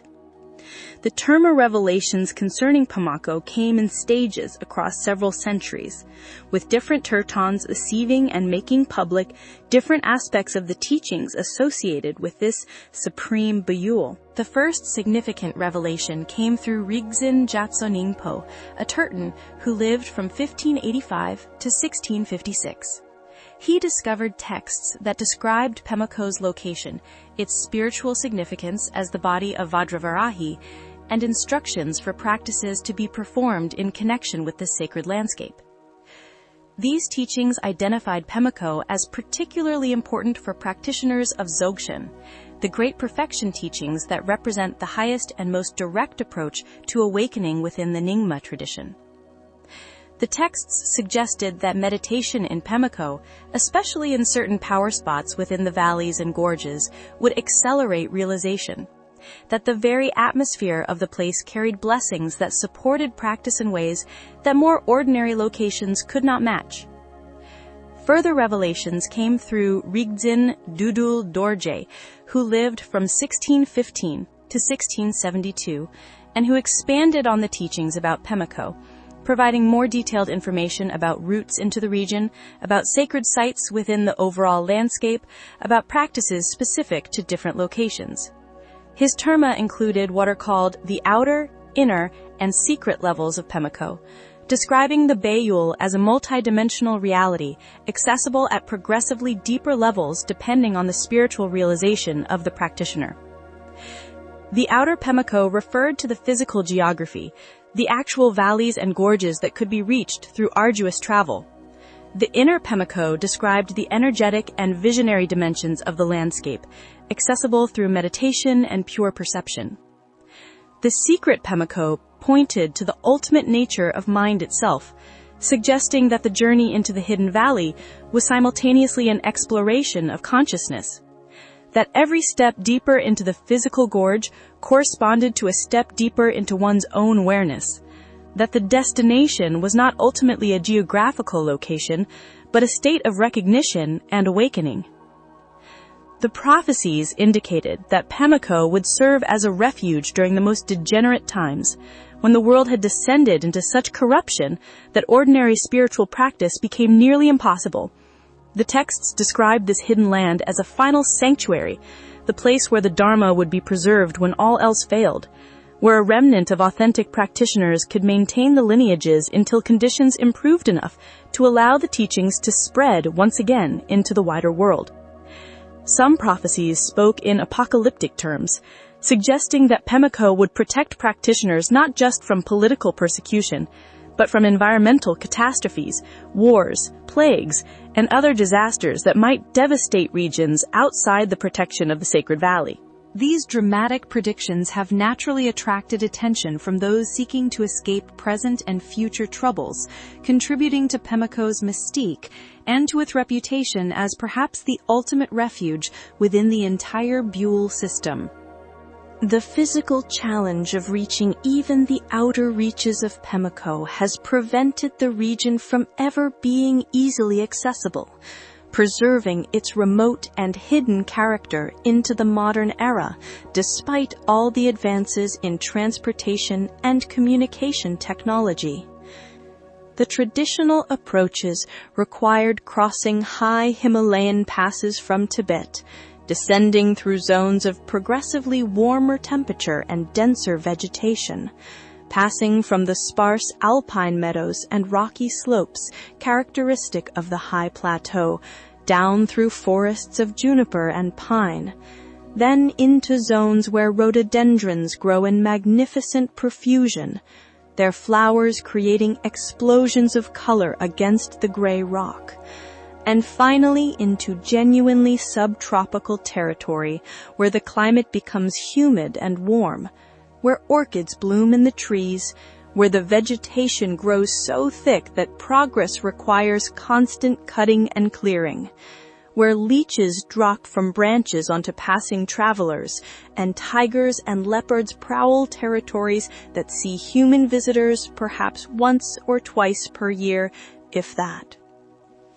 During the 19th and early 20th centuries, as British imperial power extended across India and British officials and explorers became interested in mapping and understanding the regions north of their territories, the mystery of the Songpo Gorge attracted particular attention.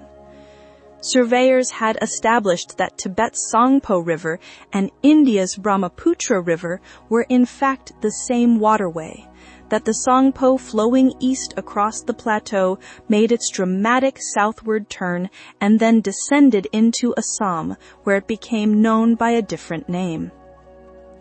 But the section where the river cut through the Himalayan range, the section now recognized as the Great Bend and the deepest gorges, remained essentially unknown to Western science. Maps showed the river's approximate course, but contained vast blank areas marked unexplored, or represented only by speculation and guesswork. The vertical drop in elevation from the Tibetan plateau to the Indian plains was known, and simple mathematics suggested that somewhere in the unmapped gorges the river must descend through massive waterfalls that would rank among the greatest on Earth. British explorers mounted expeditions attempting to penetrate the Songpo Gorge and document its waterfalls, but the region defeated most of these attempts. The approaches were guarded by hostile tribes, by terrain so difficult that even experienced mountaineers struggled to make progress, by weather that could shift from clear to deadly in a matter of hours, by diseases unfamiliar to Western medicine, by the sheer vertical relief that made descent into the deepest sections require technical climbing skills and equipment. Some explorers lost their lives to the river itself, swept away by currents or drowned when boats capsized in rapids. Others succumbed to illness or injury in regions too remote to permit evacuation. A few managed to reach viewpoints overlooking portions of the gorge and confirmed the existence of major waterfalls, but none succeeded in reaching the floor of the deepest sections, in measuring and documenting the falls that the rivers created in its dramatic descent, in solving the geographical mysteries that had tantalized the Royal Geographical Society for decades. The legend of the hidden falls of Pemako, a waterfall of tremendous size located in the innermost reaches of the gorge, became something of an obsession for certain explorers, taking on aspects of both geographical quest and spiritual seeking. Tibetan texts described waterfalls in Pemako not just as natural features, but as sacred portals, gateways between the ordinary world and the innermost sanctuary of the Beyul, barriers that protected the most secret regions from casual intrusion while offering access to those who approached with proper preparation and pure intention. According to these accounts, the greatest of the waterfalls, the one that served as the primary portal, could be recognized by its association with the sacred number 108. That the falls would somehow embody this number in its dimensions or characteristics, that finding it would require not just geographical knowledge but spiritual ripening, karmic connection, visionary guidance. Into this convergence of geography and mythology stepped Ian Baker, an American who had lived in Nepal for much of his adult life, studying Tibetan language and Buddhist philosophy, practicing meditation under the guidance of realized lamas, developing relationships with some of the most accomplished masters of the Nyingma lineage, including the legendary Chatwal Rinpoche, a Terton and yogi whose own connection to Pemako ran deep. Baker combined scholarly study of Tibetan texts with practical exploration experience, comfortable both in libraries reading manuscripts and in wilderness environments where survival required physical stamina, practical skills, and psychological resilience. Unlike some earlier Western explorers, whose interest in Tibetan sacred geography was primarily scientific, or motivated by the imperial project of mapping and controlling unknown territories, Baker approached Pamako with genuine respect for its spiritual significance, recognizing that the Hidden Valley was not merely a geographical curiosity, but a sacred environment that demanded appropriate protocols and reverence. Over the course of the 1990s, Baker made 8 separate expeditions into the Sanko Gorge region, each journey building on knowledge gained in previous attempts, each bringing him deeper into the labyrinth of valleys and gorges that constitute Pamako's outer reaches. He traveled with Sherpa companions, whose mountaineering skills were essential for the technical climbing required, with Tibetan guides who knew the region and could communicate with local populations, with other Westerners who shared his interests in exploration and Buddhist practice. Between expeditions, he studied the Terma texts that described routes into Pamako, comparing the poetic and symbolic language of these guidebooks with actual geographical features, trying to decode descriptions that spoke of mountains shaped like piles of jewels or valleys guarded by dakinis into information that could guide physical travel through real terrain. The challenges they faced would have seemed familiar to the British explorers of a century earlier. The gorge defended its secrets with steepness that required ropes and technical climbing equipment, with vegetation so dense that progress was measured in yards per day rather than miles, with cliff faces that were sometimes wet with spray and offered few secure holds, with the constant presence of the river thousands of feet below, its roar a reminder of what awaited anyone who fell. They ran low on food, surviving on whatever they could carry and supplementing with what little the forest provided. They endured leeches that seemed to appear from nowhere, attaching themselves and gorging on blood before being discovered and removed. They dealt with the psychological stress of traveling through what amounted to a perpetual twilight zone, for the gorge was so deep and its walls so close that direct sunlight rarely penetrated to the bottom, leaving the depths wrapped in a gray-green gloom even at midday. On November 8, 1998, Baker and a companion finally reached the base of a waterfall that matched the descriptions in the Tibetan texts. The falls, descending over a series of rock faces in a continuous cascade that created a near-constant curtain of spray and mist, measured approximately 108 feet in height. The sacred number, so prominent in Buddhist symbolism and practice, appearing here in the dimensions of a waterfall hidden in one of the most inaccessible places on Earth, seemed too precise to be mere coincidence. Baker and his team photographed the falls, documented its location, measured its height as carefully as conditions allowed, and understood that they had found what explorers had been seeking for more than a century, what Tibetan texts had described as the primary portal into the innermost regions of Pamako. The discovery brought Baker recognition from the National Geographic Society, which named him one of 7 explorers for the millennium and supported his expeditions financially and logistically. His book about the Pamako journeys, titled The Heart of the World,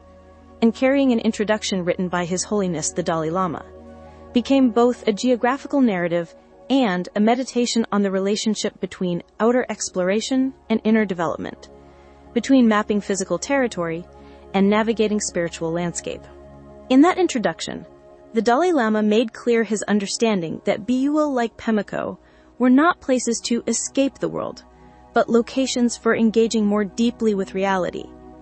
that their function was not to allow practitioners to avoid challenges, but to provide environments where the work of transformation could proceed with enhanced support and blessing. The discovery of the Hidden Falls raised questions about what it meant to reveal a Beyul, whether documenting its location and making that information available to the wider world contradicted the very purpose of hiding valleys in the first place. If Pamako was meant to remain concealed until the proper time came for its revelation, had that time now arrived, signaled by Baker's success in finding the falls? Or had the sacred geography been violated by bringing modern exploration techniques and publicity to a region that should have remained known only to a few initiated practitioners? The Chinese government, which controlled access to the Tibetan side of the border, responded to the publicity around Baker's discovery by declaring the region off-limits to foreign explorers, effectively preventing further expeditions into the deepest sections of the gorge, a restriction that remains in place as of this telling. Baker himself approached these questions thoughtfully,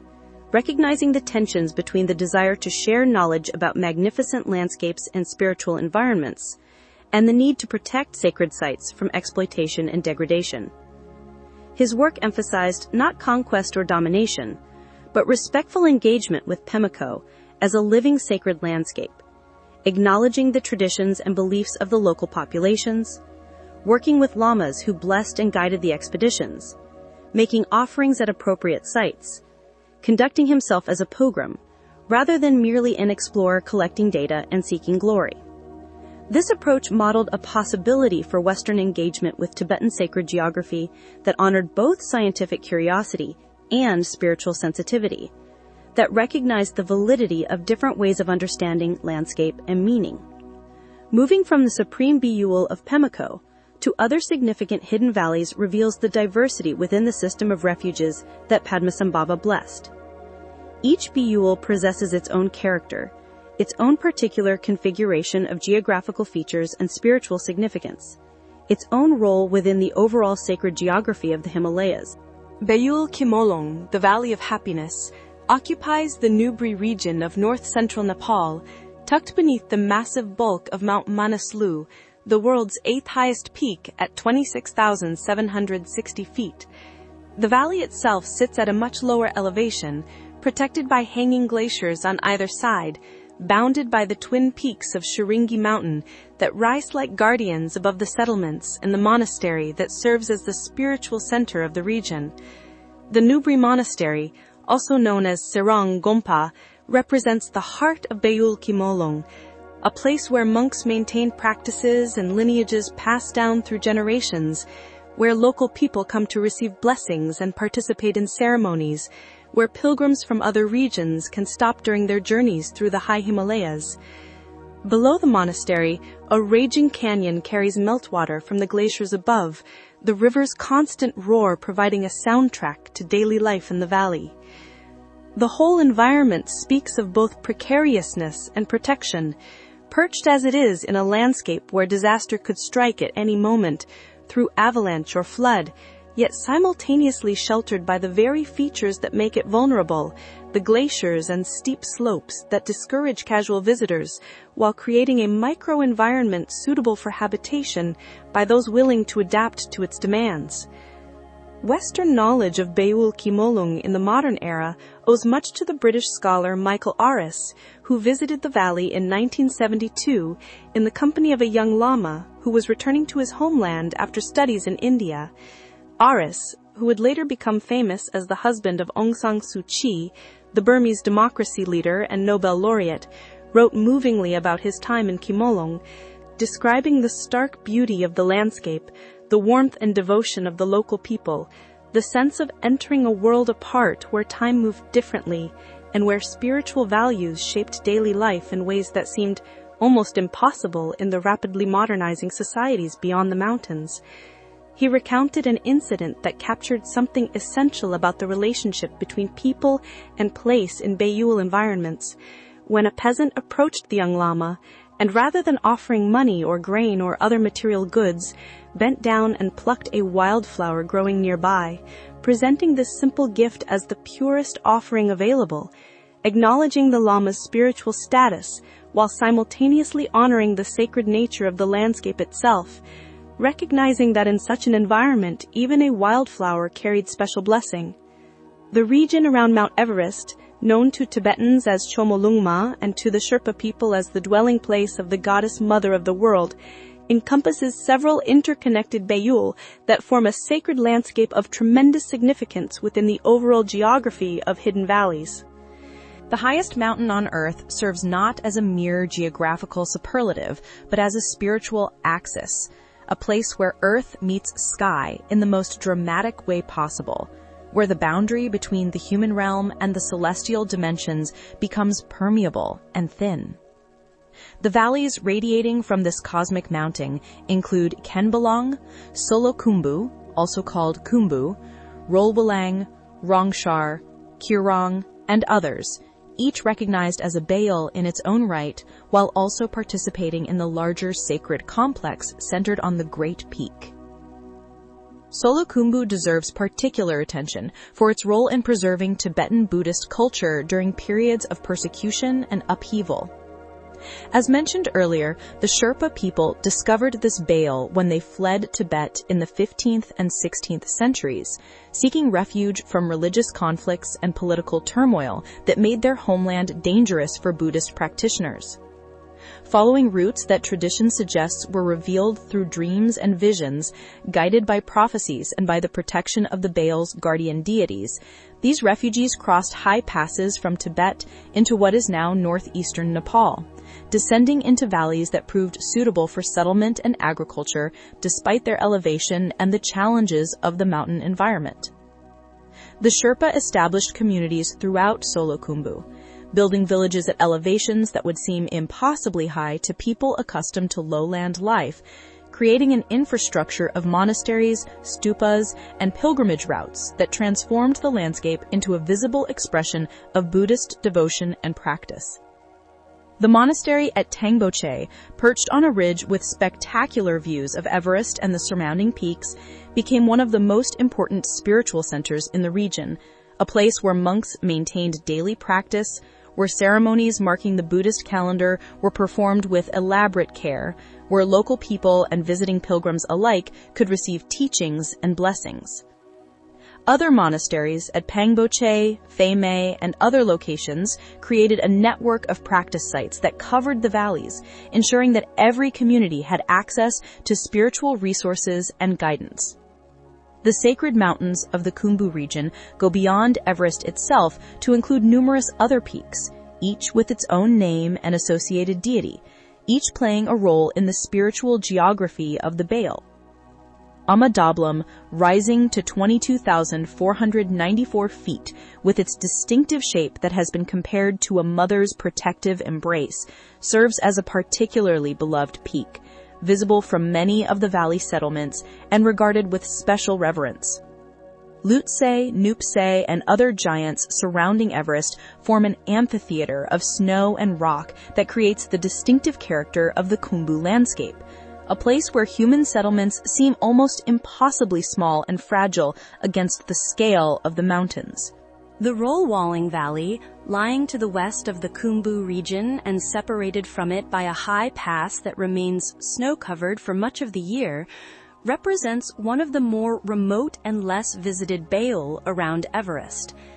The valley takes its name from the glacial lake Tso Rolpa, which sits at an elevation of about 14,700 feet and ranks among the largest and highest glacial lakes in Nepal.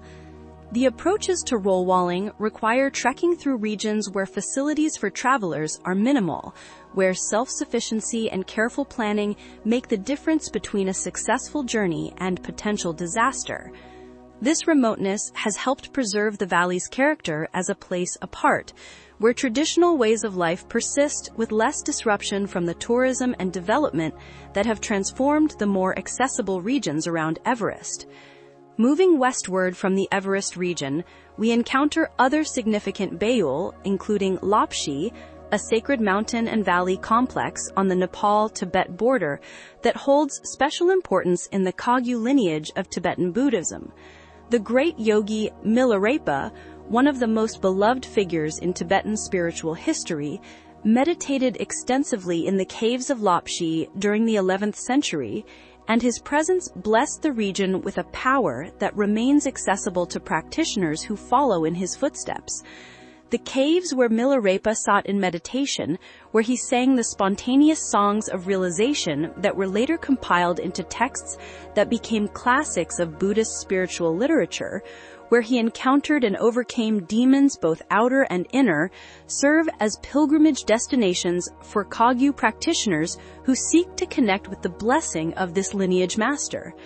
Further west still, in the remote trans-Himalayan region of northwestern Nepal that borders Tibet, lies Dolpo, a high-altitude Beyul, characterized by stark beauty and extreme isolation. The people of Dolpo maintain cultural and religious traditions that have changed remarkably little over centuries, living in villages perched on barren mountainsides, herding yaks and sheep in high pastures, practicing a form of Tibetan Buddhism that incorporates strong elements from the ancient Bon religion. The landscape of Dolpo, all brown and gray rock beneath an intensely blue sky, windswept and harsh, possesses a quality that seems to strip away everything inessential, leaving only the bare bones of existence, a perfect environment for contemplative practice that requires confronting the fundamental questions of life and death without any softening or distraction. The hidden valleys of Bhutan deserve recognition as Beyul that have maintained their sacred character into the modern era, perhaps more successfully than those in most other Himalayan regions. The entire country of Bhutan, a small kingdom nestled in the eastern Himalayas, was established in the 17th century based explicitly on Buddhist principles, with the dual system of government combining secular authority and religious leadership, with development deliberately shaped by concern for spiritual and environmental values rather than purely economic considerations. Within Bhutan's borders lies several Beyul, including sacred valleys around Paro, where the famous Taksung Monastery, known also as the Tiger's Nest, clings impossibly to a cliff face thousands of feet above the valley floor, marking the spot where Padmasambhava meditated in a cave, arriving there, according to legend, on the back of a flying tigress. The Bumtung Valley in central Bhutan, where Padmasambhava is said to have encountered and subdued local deities who were opposing Buddhism's establishment, became one of the most important spiritual centers in the country, home to numerous ancient temples and monasteries that preserve traditions dating back to the 8th century. The landscape itself, with its relatively gentle terrain compared to the rugged gorges and high passes that characterize much of the Himalayas, creates an environment that feels protected and nurturing, a true valley of peace where spiritual practice can unfold without the constant edge of physical danger and struggle that marks life in harsher environments. Sikkim, the region that Ridzen Godam first opened as Beyul Dremanjung in the 14th century and that Lotsun Namkha Chikme fully established in the 17th, occupies a special place in Beyul history as one of the first hidden valleys to transition from completely concealed sanctuary to an accessible region that could support substantial populations while maintaining its sacred character. The small kingdom that developed in Sikkim, though eventually absorbed into India as a state in the late 20th century, maintained strong Buddhist identity and traditions throughout its history. The monasteries established at Pemaengse, Rumtek, Enche, and other locations served both the local population and visiting practitioners from Tibet and other Himalayan regions, creating a network of spiritual activity that made Sikkim into a genuine bridge between the hidden Beyul and the ordinary world. The sacred mountain Kanchenjunga, the world's third highest peak at 28,169 feet, dominates Sikkim's landscape and serves as the centerpiece of its spiritual geography. The mountain is understood not just as a pile of rock and ice, but as the dwelling place of deities, as a mandala in 3 dimensions, as a source of blessing and power that radiates throughout the surrounding valley. Pilgrims circumambulate the mountain, a journey requiring weeks of difficult trekking through remote territory as a practice of devotion and purification, recognizing that every step around the sacred peak accumulates merit and deepens connection with the enlightened qualities the mountain embodies.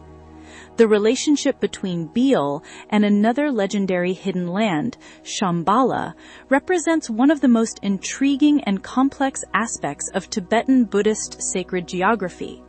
Shambhala appears in Buddhist literature as the supreme hidden kingdom, a paradise realm located somewhere to the north, ruled by a succession of enlightened kings who preserve the most profound teachings of Buddhism against the time when the world will descend into such darkness that these teachings risk being lost entirely.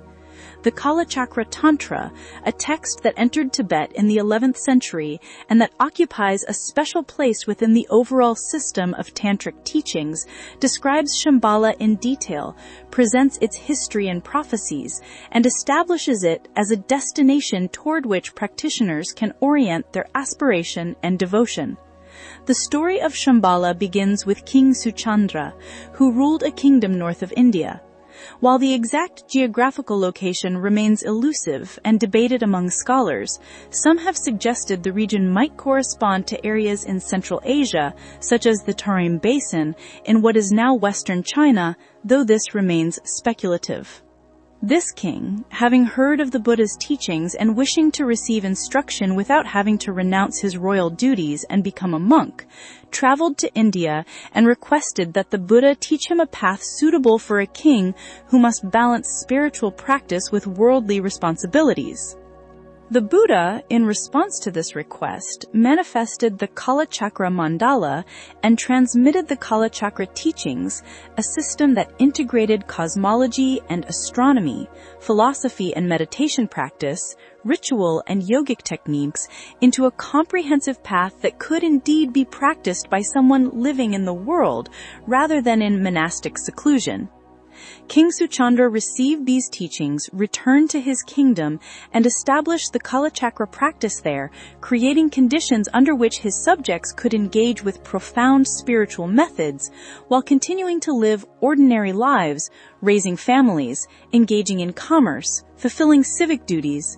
The kingdom prospered under the guidance of Sutendra and his successors, who were known as the Kalki kings, enlightened monarchs who ruled with wisdom and compassion, who guided their people on the path to awakening, who preserved and practiced the Kalachakra teachings in their full potency and purity. The capital city of this kingdom bore the name Kalapa, and it was described as a magnificent place, a city of gold and jewels, of gardens and palaces, where suffering and poverty were unknown, where everyone had access to spiritual teachings and material sufficiency, where harmony prevailed and conflict had been transcended. The geography of Shambhala, as described in the texts, resembles a vast mandala, with the capital city Kalapa at the center and the kingdom surrounding it organized into 8 regions that radiate outward like the petals of a lotus. These 8 regions are further subdivided into 12 districts each, giving a total of 96 districts throughout the kingdom, each with its own character and resources, but all united under the enlightened governance of the Kalki kings. The entire kingdom is surrounded by impenetrable snow mountains that form a protective barrier, making Shambhala inaccessible to those who lack the karmic connection and spiritual preparation necessary to perceive and traverse the mountains. Rivers flow through the landscape, providing abundant water for agriculture and sustaining lush forests and meadows where every kind of beneficial plant grows in profusion. The prophecies associated with Shambhala speak of a future time, still centuries away from our current era, when conditions in the world will have degraded to a catastrophic degree. Materialism and greed will dominate human consciousness. Spiritual teachings will have become corrupted or lost. Warfare and violence will be endemic. Environmental destruction will threaten the survival of civilization itself. At this darkest moment, when it seems that ignorance has triumphed completely and that the Dharma has disappeared from the earth, the 25th Kalki king, known as Rudra Chakrin or Raudra Chakrin, will emerge from Shambhala at the head of a great army. This force will engage in a final battle against the barbarian kings who rule the corrupt world, vanquishing the forces of darkness and ignorance, establishing a new golden age, during which Buddhist teachings will once again flourish and spread throughout the world, bringing enlightenment and liberation to countless beings. This prophecy of warfare and conquest presents challenges for Buddhist ethics, which generally emphasize nonviolence and compassion toward all beings, including enemies. How can a tradition that teaches practitioners to avoid harming even insects reconcile itself with predictions of massive military campaigns and the vanquishing of entire populations? The barbarian armies become psychological obstacles. The weapons are meditative practices, and the victory is the achievement of enlightenment. From this perspective, Shambhala itself is not a geographical location, but a state of awakened consciousness. The final battle is the culmination of spiritual practice, and the Golden Age refers to the peace and clarity that arise when the mind has been completely purified. Other interpreters take the prophecies more literally, while maintaining that even in the context of actual warfare, the Kalki king and his army would be acting from compassion rather than aggression, using violence as a skillful means to prevent even greater suffering, accepting the karmic consequences of killing in order to stop a regime that would have caused immeasurably more harm had it been allowed to continue. This interpretation relies on the Mahayana Buddhist concept of upaya, skillful means, which acknowledges that awakened beings might employ methods that would be inappropriate for ordinary practitioners if circumstances require such extreme measures to benefit beings. The Kalki king, as a manifestation of enlightened wisdom, would presumably understand the karmic implications of warfare while also recognizing a situation in which allowing tyranny to continue unchecked would result in worse outcomes than opposing it through force. His Holiness the 14th Dalai Lama has offered his own perspective on Shambhala, emphasizing its nature as a pure land within the human realm, a place that exists on multiple levels simultaneously. While acknowledging that certain individuals with appropriate karmic connections might be able to reach Shambhala physically, he has also stressed that it is not an ordinary country that can be found through mere geographical exploration. Rather, Shambhala represents a state of spiritual purity and realization that becomes accessible through practice and the development of merit and wisdom. His Holiness has taught the Kala Chakra initiation publicly on numerous occasions, drawing crowds of hundreds of thousands who receive the blessing of connection to Shambhala through participating in the elaborate ceremonies and visualizations that constitute the empowerment. These mass initiations serve multiple purposes: generating peace and harmony in the world, planting seeds of future enlightenment in the mind streams of participants, and strengthening the collective aspiration toward the ideal society that Shambhala represents. The similarities between Shambhala and the Beyul system are obvious and significant. Both involve hidden lands blessed by realized masters and protected by spiritual forces that keep them concealed from the unprepared. Both serve as refuges during times of degeneration and persecution. Both exist in that liminal space between ordinary geography and pure spiritual dimension, accessible to those with the right qualities while remaining invisible to others. Both function as repositories of authentic teachings, places where the Dharma is preserved in its full potency, while the outer world falls into corruption. The differences are equally instructive. Shambhala appears in the teachings as a single location, a specific kingdom with defined geography and political structure,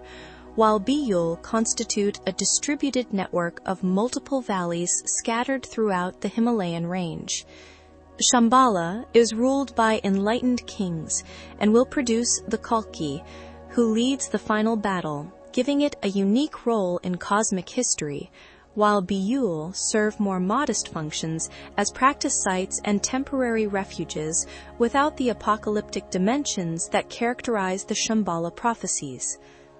The Western appropriation of Himalayan hidden land mythology, most famously in James Hilton's novel Lost Horizon, published in 1933, demonstrates both the appeal of these traditions beyond their original cultural context and the distortions that occur when concepts are stripped from their religious and philosophical frameworks and repurposed for entertainment.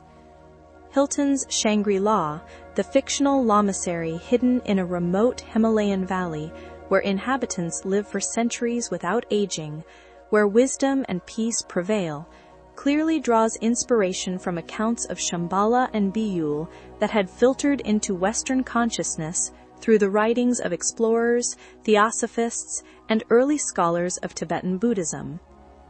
The novel captured imaginations worldwide, giving English a new word for earthly paradise and establishing the idea of the hidden Himalayan utopia in popular culture, where it has remained ever since. But Hilton's Shangri-La bears only superficial resemblance to the actual Tibetan traditions. It lacks the Buddhist theological framework, the understanding of these places as pure lands or sacred environments blessed by realized masters. It replaces genuine spiritual practice with a vague aesthetic appreciation of Eastern wisdom. It makes the hidden valley into an escape from reality, rather than, as His Holiness the Dalai Lama described genuine Beyul, a place for engaging reality more deeply. It turns sacred geography into fantasy, spiritual refuge into tourist destination, the profound into the merely exotic. This process of appropriation and dilution continues in contemporary culture, with Shangri-La becoming a brand name for hotels and resorts, a marketing concept drained of any meaningful content beyond the suggestion of luxury and remoteness. The living tradition of Beyul in the 21st century faces challenges and opportunities that could not have been predicted by Padmasambhava in the 8th century or by the Tibetans who revealed Beyul teachings in subsequent centuries. The challenges are substantial and multifaceted.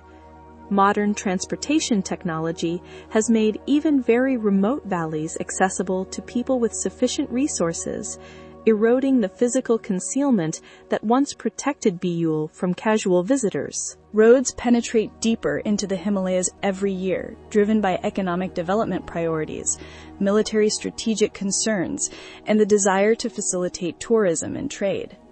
Helicopter service brings mountaineers to base camps that once required weeks of trekking to reach. Satellite imagery reveals terrain that was blank on maps just decades ago, showing in detail the topography of valleys that remained unseen by most humans throughout history. Environmental changes driven by climate shift threaten the Himalayan ecosystem in ways both obvious and subtle. Glaciers that have existed for millennia are retreating at accelerating rates, changing patterns of river flow, eliminating sources of water that sustained both wildlife and human populations. Temperature increases allow plant and animal species to move to higher elevations, displacing species adapted to cooler conditions, altering the character of landscapes in ways that can happen too quickly for ecosystems to adjust. Extreme weather events become more frequent and severe, with floods and landslides causing destruction that overwhelms traditional methods of recovery and adaptation. The very mountains that form the Beyul are changing in response to planetary-scale forces that no protective deity, however fierce, can simply turn back through manifestations of wrathful weather. Political pressures complicate access to and preservation of sacred sites. The occupation of Tibet by the People's Republic of China has created a situation in which many Beyul, located in Tibetan territory, are controlled by a government that does not recognize or respect their sacred status, that views traditional Tibetan Buddhism with suspicion as a potential source of separatist sentiment, that prioritizes economic development and political control over the preservation of religious sites and practices. Restrictions on travel and religious activity limit the ability of practitioners to visit Beyul, to perform traditional ceremonies, to maintain the living relationship between people and sacred landscape that has sustained these places for centuries. National borders that were drawn based on colonial-era negotiations or post-colonial political settlements cut across sacred geography with no regard for traditional pilgrimage routes or the integrity of Beyul as unified environments. A valley that constituted a single Beyul in traditional understanding might now be divided between multiple countries, each with its own visa requirements, border controls, and regulations, making it difficult or impossible for pilgrims to traverse the full extent of the sacred landscape. The monasteries, caves, and power spots that together formed a network of practice sites might become separated by barriers that have no meaning in terms of spiritual geography, but that exercise absolute control in the realm of political geography. Tourism represents perhaps the most complex and ambiguous of the challenges facing Beyul. On one hand, visitors who come to Himalayan valleys with respect and curiosity can contribute to local economies, providing income that helps sustain traditional communities, creating incentives for preservation of cultural heritage and natural environment. Pilgrims who travel to Beyul with sincere devotion, who make offerings and perform practices at sacred sites, who receive teachings from local lamas and support monastic institutions, participate in the living tradition in ways that honor its intentions, even if that come from outside the culture that originally developed the tradition. On the other hand, mass tourism, driven by commercial interests and marketed as adventure or exotic experience, can overwhelm the very sites it claims to appreciate, bringing crowds that degrade trails, generate waste, disturb wildlife, and transform sacred environments into attractions to be consumed and photographed rather than revered and protected. The commodification of spiritual traditions themselves, with sacred teachings and practices offered for sale, packaged for Western consumers seeking enlightenment as a product they can purchase, creates conditions in which the Beyul risk becoming simply another item in the catalog of exotic destinations and mystical experiences available to those with money and leisure time. When this happens, the sacred becomes profane almost by definition, for the whole point of Beyul is that they cannot be accessed through ordinary means or for ordinary purposes, that they reveal themselves only to those with pure motivation and karmic ripening, that they exist in dimensions beyond what money can buy or schedules can control. Yet, alongside these challenges, genuine practitioners continue to maintain traditional relationships with Beyul as sacred environments. In valleys throughout the Himalayas, monks and nuns carry on daily practice in monasteries that have stood for centuries, performing the ceremonies that mark the Buddhist calendar, receiving visitors who come seeking blessings, preserving texts and lineages that trace back through generations of teachers to the original sources. Hermits retreat to caves for months or years of intensive meditation, following in the footsteps of countless predecessors who have sanctified these spots through their practice, adding their own realization to the accumulated blessing that makes caves in Beyul such powerful places for spiritual development. Local populations who live in and around Beyul valleys maintain traditional practices of land stewardship rooted in the understanding that the landscape is sacred. They make offerings at springs and passes, recognizing the presence of local deities and spirits who must be honored and appeased. They avoid hunting in certain areas, designated as particularly holy, recognizing that killing animals in such places would violate the sanctity of the environment and bring negative consequences. They collect medicinal plants with prayers and gratitude, taking only what is needed and never depleting the resource completely, understanding that the plants themselves are blessed and that respectful harvesting maintains rather than exhausts the blessing. They share stories and teachings with younger generations, passing on knowledge of which sites are sacred, what protocols should be followed, why the Beyul must be protected and revered. Pilgrimage to Beyul continues as a living practice, with practitioners from throughout the Himalayan region and increasingly from Buddhist communities worldwide undertaking journeys to sacred valleys. These pilgrimages require preparation, not just in the practical sense of gathering supplies and arranging logistics, but in the spiritual sense of purifying motivation, developing proper understanding of the sites being visited, receiving instructions from qualified teachers about practices to perform at specific locations. A pilgrim preparing to visit Pamako or Kembalung or any other Beyul might spend weeks or months in preliminary practices, accumulating mantras, doing prostrations, studying the guidebooks that describe the sacred geography, receiving empowerments that establish karmic connections with the deities associated with the valley. Upon actually entering a Beyul, traditional protocols govern behavior. Pilgrims make offerings at the boundaries, acknowledging the guardian deities and requesting permission to proceed. They purify themselves before drinking from springs or entering caves, recognizing that these are not ordinary water sources or shelters, but blessed features of a sacred environment. They circumambulate sacred mountains and rock formations, moving always in a clockwise direction, accumulating merit with each circuit.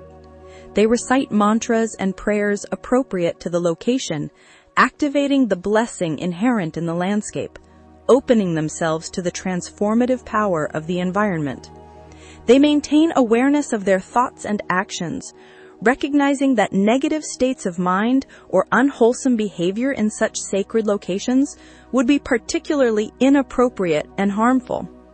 The integration of traditional Beyul concepts into modern conservation efforts represents one of the more hopeful developments in recent decades. Environmental scientists and conservation organizations have recognized that the sacred status of certain landscapes within local cultural traditions often correlates with high biodiversity and well-preserved ecosystems.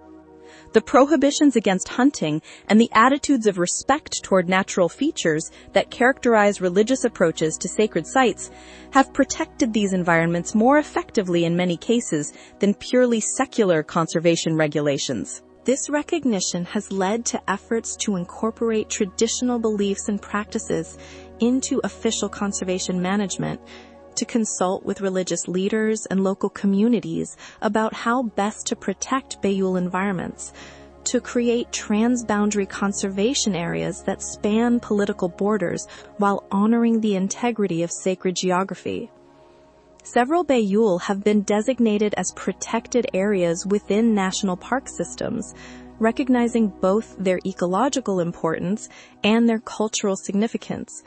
Sagarmatha National Park in Nepal, which includes Mount Everest and the surrounding Khumbu region, was established with input from local Sherpa communities and attempts to balance the needs of tourism, environmental protection, and cultural preservation. Makalu Baru National Park and Conservation Area protects portions of the sacred valleys east of Everest. In Tibet, though access is restricted, Komolangma Nature Preserve covers the northern approaches to Everest and surrounding territory. These protected areas, when administered with sensitivity to both ecological and cultural concerns, can help ensure that Beyul environments survive into future generations, maintaining their character as both biodiversity reserves and spiritual refuges.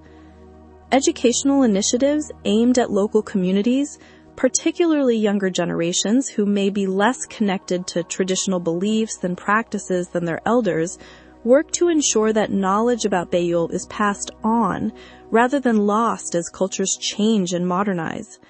Schools in regions that include Beyul have begun incorporating traditional knowledge into their curricula, teaching children about the sacred status of local mountains and valleys, about the stories and prophecies associated with these places, about proper protocols for behavior in sacred environments. These educational efforts recognize that the protection of Beyul ultimately depends on local populations maintaining relationships with sacred landscapes, that no amount of regulation imposed from outside can substitute for genuine reverence and understanding arising from within communities. The symbolism inherent in Beyul extends far beyond their function as physical refuges to encompass profound teachings about the nature of reality and the path to enlightenment. At the most obvious level, Beyul represent places where the ordinary world and enlightened dimensions overlap, where the boundaries between samsara, the cycle of suffering, and nirvana, the state of liberation, become permeable. To enter a Beyul is thus to step partially into a Pure Land, to experience conditions that more closely approximate the ideal environment for spiritual practice than what is available in ordinary locations. The very landscape serves as a teaching, every feature carrying meaning that points toward ultimate truth. The journey to a Beyul, which requires traversing difficult terrain, facing hardships, overcoming obstacles, mirrors the spiritual path itself. The high passes that must be crossed represent the challenges that practitioners face in their development, the points where commitment is tested and where turning back becomes tempting. The rivers that must be forded symbolize the crossing from confusion to clarity, from ordinary consciousness to awakened awareness. The forests that must be navigated suggest the complexity of the mind, with its myriad thoughts and emotions, the need to find one's way through tangled undergrowth toward open vistas of understanding. The caves that offer shelter and serve as meditation sites represent the turning inward that is essential to spiritual practice, the willingness to sit with oneself in darkness and silence until the inner light of awareness begins to shine. Mountains in Beyul sacred geography function as natural stupas, three-dimensional mandalas that embody enlightened qualities. Their snow-covered peaks, pointing toward the sky, suggest aspiration toward higher states of consciousness, the possibility of rising above the muddiness of worldly concerns into the clarity of wisdom.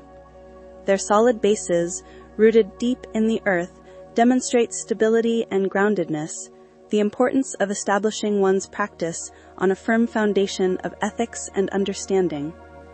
The glaciers that cling to their slopes and feed the rivers below illustrate the continuous flow of blessing from enlightened sources down to benefit beings in the valleys, the way that wisdom, when properly channeled, becomes compassion that nourishes all it touches. The clouds that shroud peaks and create ever-changing plays of light and shadow teach impermanence and the fluid nature of phenomena, nothing remaining fixed or permanent, everything in constant transformation. Rivers flowing through Beyul carry multiple layers of symbolic significance. As the spines of daily bodies in sacred anatomies, they represent the central channel through which energy flows in the subtle body of tantric practice, connecting the lower chakras associated with worldly existence with the higher centers of spiritual realization. The sound of flowing water becomes a natural mantra, a constant teaching on impermanence, as the river never stops, never repeats the same configuration, always moving, always changing, yet always recognizably itself. The capacity of water to take the shape of whatever contains it while maintaining its essential nature illustrates the Buddhist teaching about emptiness and form, how phenomena can be both empty of inherent existence and yet appear in endlessly diverse manifestations. The cleansing properties of water in Beyul streams suggest purification of negative karma and obscurations, washing away the accumulations of ignorance and unwholesome action that prevent recognition of one's true nature. Caves hold special status in Beyul as places where the boundary between inner and outer becomes particularly thin. Entering a cave that has been blessed by the meditation of realized practitioners, one enters into a space that has been transformed by years or even centuries of spiritual practice. The rock walls have absorbed the energy of countless mantras recited, visualizations performed, insights realized. The darkness of the cave interior creates conditions where external distractions are minimized, where the meditator has little choice but to turn attention inward, to confront whatever arises in consciousness without the usual diversions and escapes. The silence, broken only by the sound of water dripping or wind moving through openings, provides a natural support for meditative concentration. The coolness and often dampness of caves offer physical discomfort that can be transmuted through practice into an awareness that does not depend on pleasant conditions, that remains stable regardless of whether the body is comfortable or uncomfortable. The role of dakinis in Beyul goes beyond their function as guardians and protectors to encompass their nature as embodiments of the wisdom that the landscape itself teaches. To encounter a dakini in a Beyul might mean having a vision of a female deity who appears in meditation and offers teachings or instructions. It might mean meeting a local woman who, through apparently casual conversation, provides exactly the insight the practitioner needed at that moment. It might mean simply sensing a feminine presence in the landscape, a quality of openness and receptivity, of wisdom that does not assert itself, but rather reveals itself to those who are ready to perceive it. The Dakini principle represents the spontaneous, unstructured, wild aspect of enlightened mind. Wisdom that cannot be contained in systematic teachings or institutional structures, but that erupts unpredictably, offering liberation to those who can recognize and receive it. Yeshi Sogyal, Padmasambhava's consort and herself a fully realized master, holds a special connection to Beyul as the one who transcribed many of the guidebooks and who participated in the consecration of hidden valleys throughout the Himalayas.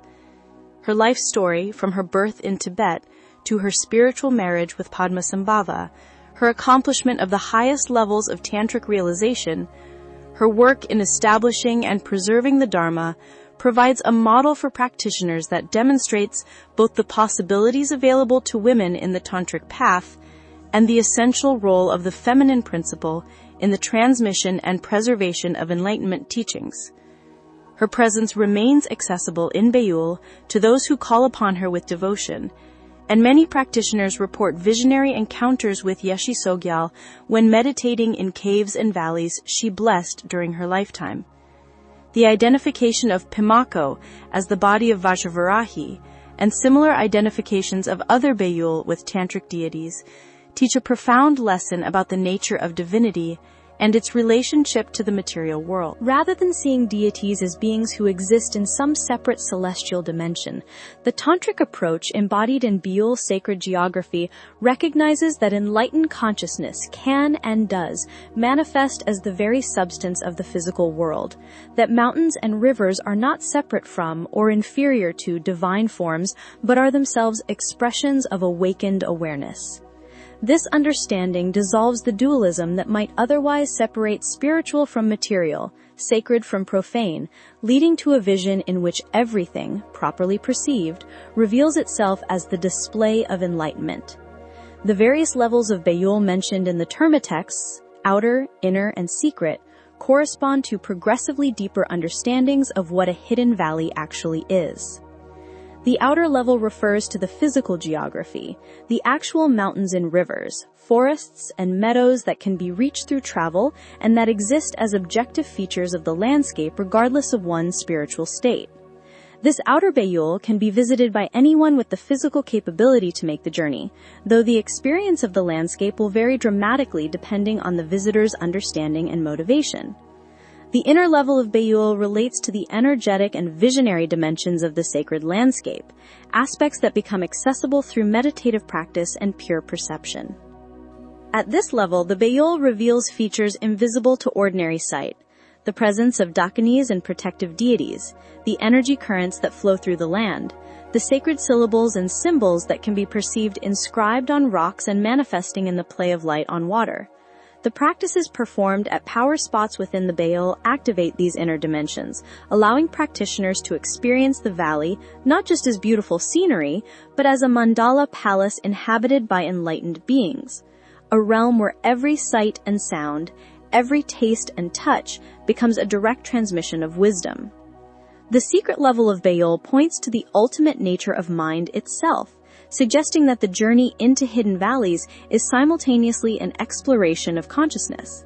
The obstacles encountered on the path to the Beyul mirror the obstacles in one's own mind: attachment, aversion, ignorance, pride, jealousy.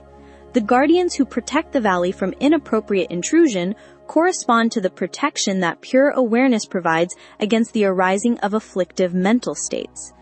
The arrival at the valley's sacred center represents the recognition of the Dharmakaya, the truth body of Buddha, the primordial awareness that has always been present but that remains hidden by adventitious obscurations until the moment of recognition.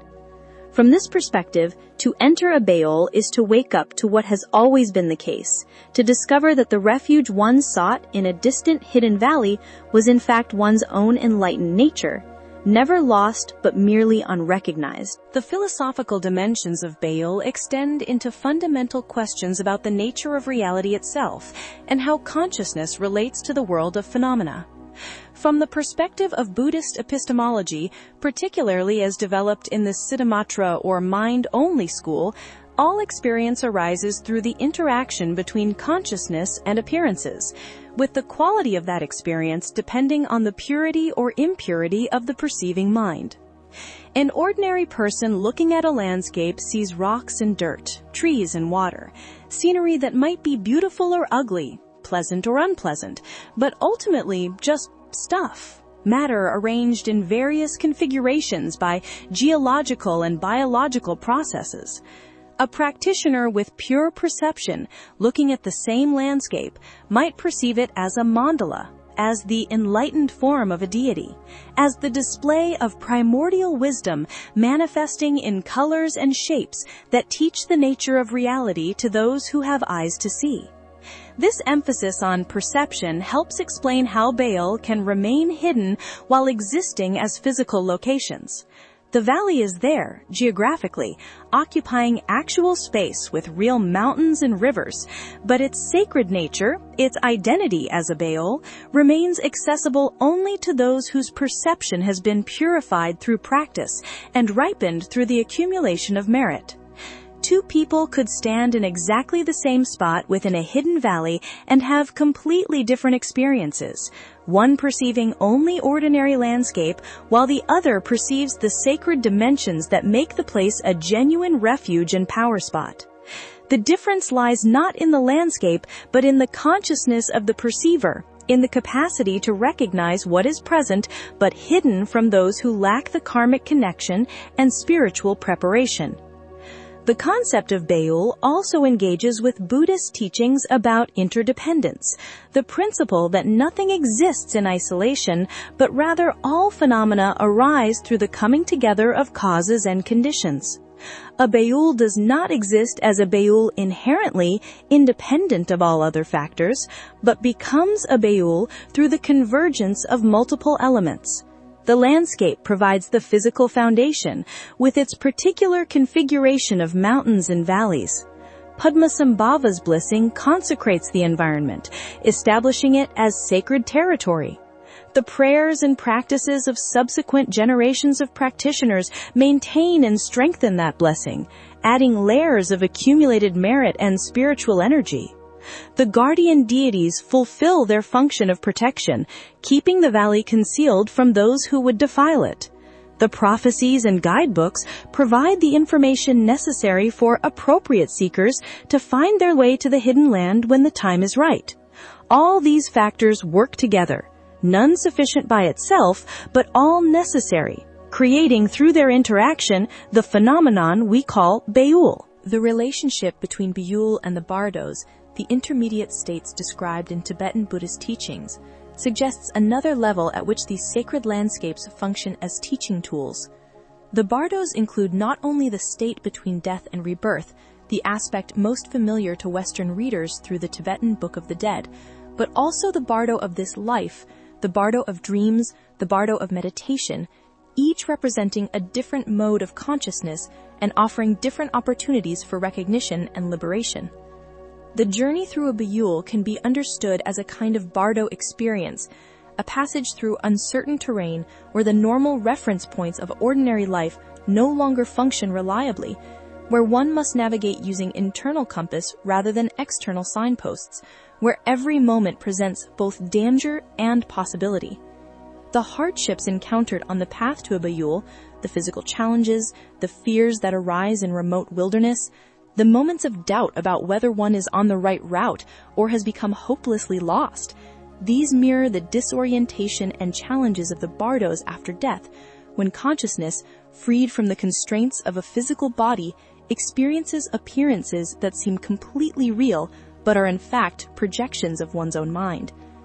Learning to navigate Beyul landscapes, to maintain clarity and purpose despite difficulties, to recognize signs and portents that guide the way, provides training that will prove valuable in navigating the bardos, developing capacities that transfer from one context to another. Dzogchen, the Great Perfection teachings that represent the highest and most direct approach to awakening within the Nyingma tradition, finds particular resonance with the Beyul concept. Dzogchen teachings emphasize that the enlightened state is not something to be created or achieved through gradual effort, but rather something to be recognized as already present,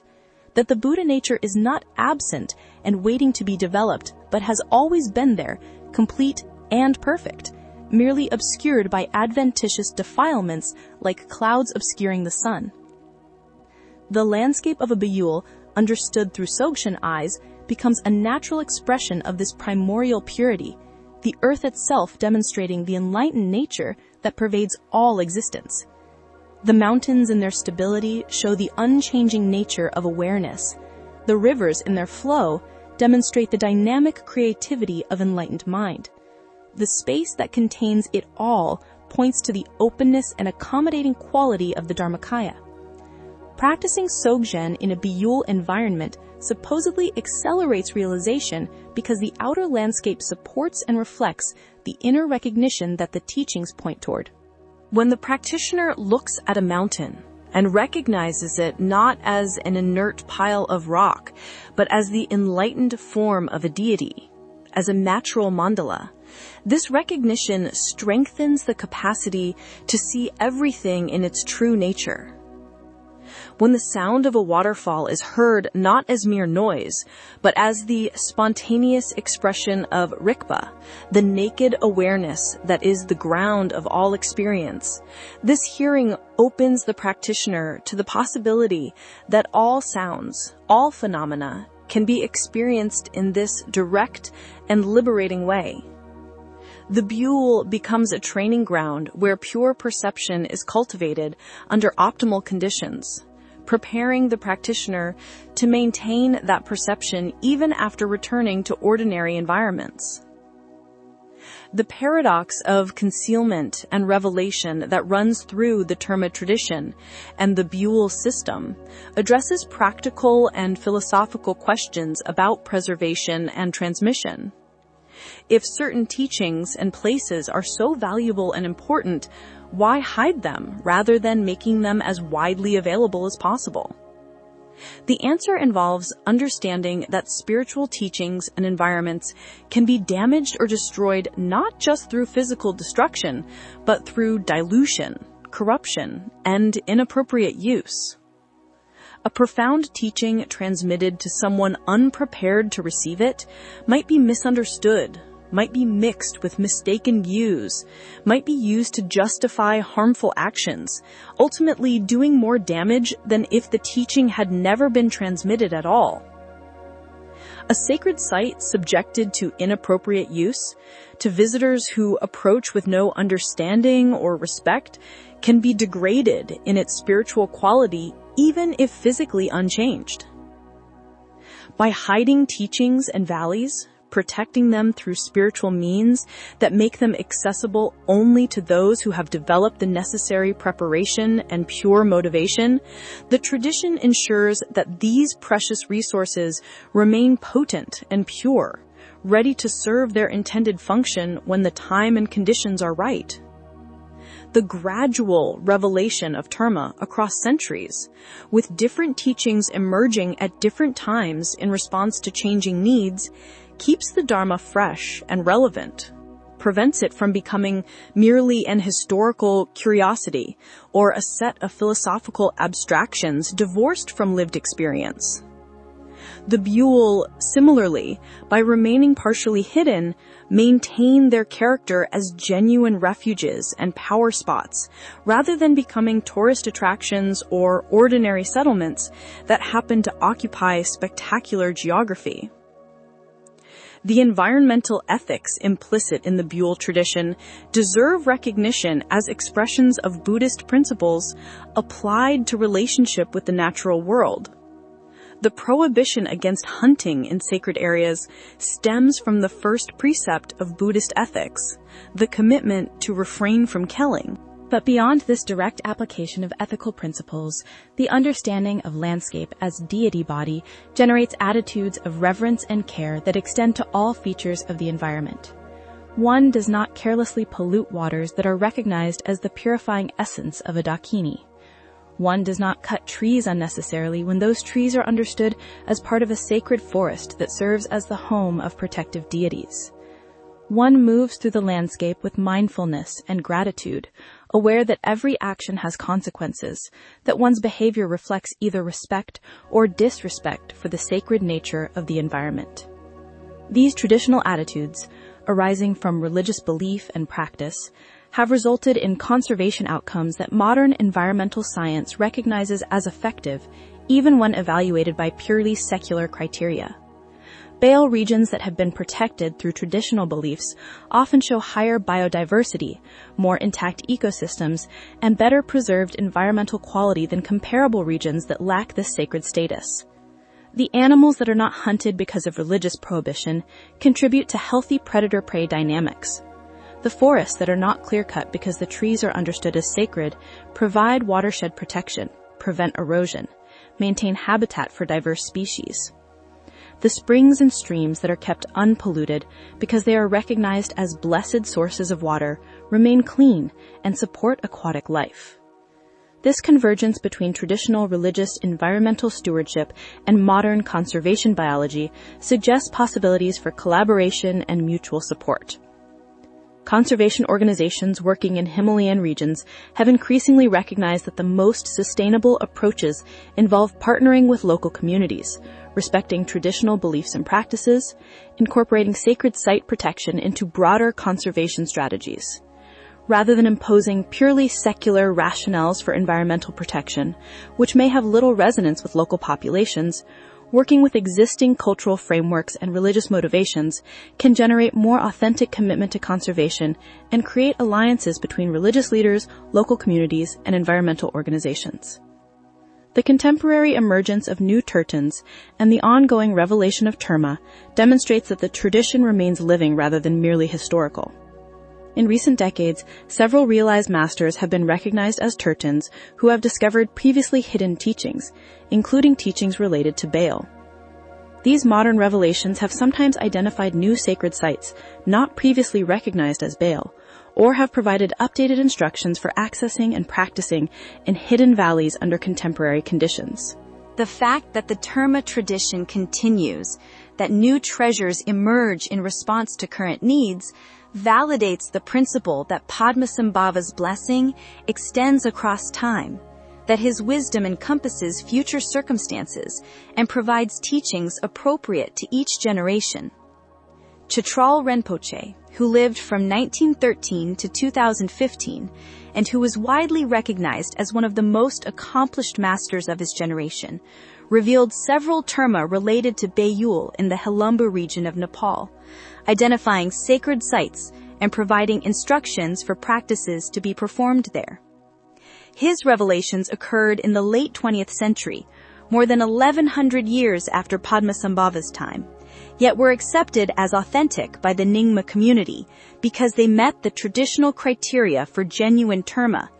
because Chitral Rinpoche's own realization and accomplishment were beyond question, and because the teachings proved effective when practitioners applied them. This example illustrates how the terma system functions as a living tradition, responsive to changing times, while maintaining continuity with its origins. The question of whether Beyul will continue to serve their intended function in future centuries remains open and depends on factors both within and beyond the control of the Buddhist community. Climate change, political instability, economic pressures toward development, cultural assimilation, these forces could potentially overwhelm the traditional protections that have preserved Beyul for more than a millennium. Yet the tradition has survived previous periods of tremendous upheaval, has adapted to changing circumstances while maintaining its essential character, has demonstrated remarkable resilience across centuries. The terma system, by its very nature, anticipates changing conditions and provides mechanisms for teachings to emerge when and where they are needed. The protective deities who guard Beyul presumably remain active regardless of human political arrangements or technological capabilities. The karmic connections that allow sincere practitioners to access hidden valleys do not depend on external circumstances, but on internal spiritual development. Perhaps most fundamentally, the Beyul tradition teaches that the ultimate refuge cannot be found in any external location, but must be discovered within one's own mind. His Holiness the Dalai Lama's teaching that Beyul are not places to escape the world, but environments for engaging reality more deeply, points toward this understanding. The journey to a hidden valley, whether one physically travels to the Himalayas or undertakes the journey metaphorically through meditation and practice, leads ultimately to the recognition that what was sought in a distant refuge has always been present in the nature of one's own awareness. The sacred landscape exists both out there in the mountains and in here within consciousness. The protective deities guard not just geographical locations, but the purity of awakened mind. The treasures concealed in Beyul valleys and in the mind streams of practitioners are ultimately the same treasure, the recognition of Buddha nature that liberates beings from suffering. As we complete this journey through the hidden valleys of the Himalayas, traveling from Padmasambhava's 8th century consecration of sacred landscapes through the Terma tradition's preservation and revelation of teachings, exploring the geography and mythology of major Beyul from Pimlico to Khumbu, considering the relationship between these valleys and the legendary kingdom of Shambhala, examining contemporary challenges and the living tradition's continuation into the present, we return to where we began, to the simple but profound recognition that there exist places in this world where the ordinary and the sacred meet, where physical geography and spiritual dimension interpenetrate, where refugees can find sanctuary and practitioners can deepen their realization. The Beyul teach us that hiddenness and revelation work together rather than opposing each other, that concealment serves revelation by protecting what is precious until it can be received appropriately, that obstacles along the path serve not to prevent arrival, but to ensure that only those who are ready reach the destination. They teach us that landscape is not dead matter to be exploited for resources, but living presence to be approached with reverence and respect, that mountains and rivers are not mere scenery, but teachers, offering profound instruction to those who attend with open hearts and clear minds. They teach us that refuge in times of turmoil is not about running away, but about finding the ground from which one can face difficulties with courage and wisdom. That sanctuary provides not escape from reality, but the conditions under which reality can be met fully and transformed. The Beyul tradition reminds us that some of the most important things cannot be forced or hurried, but must be allowed to ripen in their own time, that karmic connections and spiritual readiness develop through patient practice rather than through willpower or determination alone, that the greatest treasures reveal themselves when we stop grasping and instead create the openness that allows them to emerge naturally. It shows us that knowledge can be preserved across centuries through methods that honor both the letter and the spirit of teachings, that written texts and oral transmissions, physical objects and visionary experiences all have roles to play in the transmission of wisdom from generation to generation. Perhaps most beautifully, the Beyul tradition demonstrates that the sacred has not withdrawn from the world, has not retreated to some unreachable celestial dimension, but remains accessible in particular places on this earth. In valleys tucked into the highest mountains on the planet, where those who make the journey with pure hearts and prepared minds can encounter directly the blessing of enlightened beings who consecrated these landscapes more than 12 centuries ago. The deities have not abandoned their protective duties. The dakinis still dwell in the sacred sites. The teachings remain potent, ready to guide those who seek liberation. The valleys continue to serve as refuges, whether one reaches them physically or recognizes them as symbols of the inner sanctuary that awareness provides. As the night deepens and the stars wheel overhead in their ancient patterns, as the wind moves through high mountain passes carrying the scent of snow and pine, as rivers flow through gorges worn smooth by millennia of patient erosion, the Beyul rest in their appointed places, simultaneously hidden and waiting to be found, protected and accessible, ordinary valleys and enlightened pure lands, guardians of treasures both material and spiritual, reminders that this world, for all its challenges and sorrows, contains within itself the potential for transformation, that sanctuary exists for those who seek it with sincere hearts,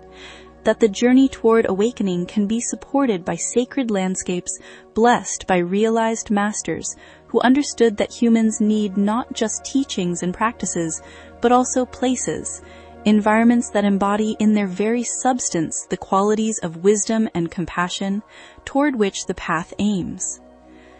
May all beings discover the Beyul that awaits within their own awareness, the hidden valley of primordial purity that has never been lost, but merely obscured,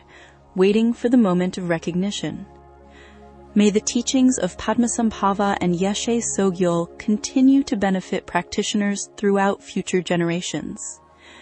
May the sacred landscapes of the Himalayas be protected and preserved for all who will come after us seeking refuge and realization. May the guardians of the hidden valleys remain vigilant in their protection of these precious environments.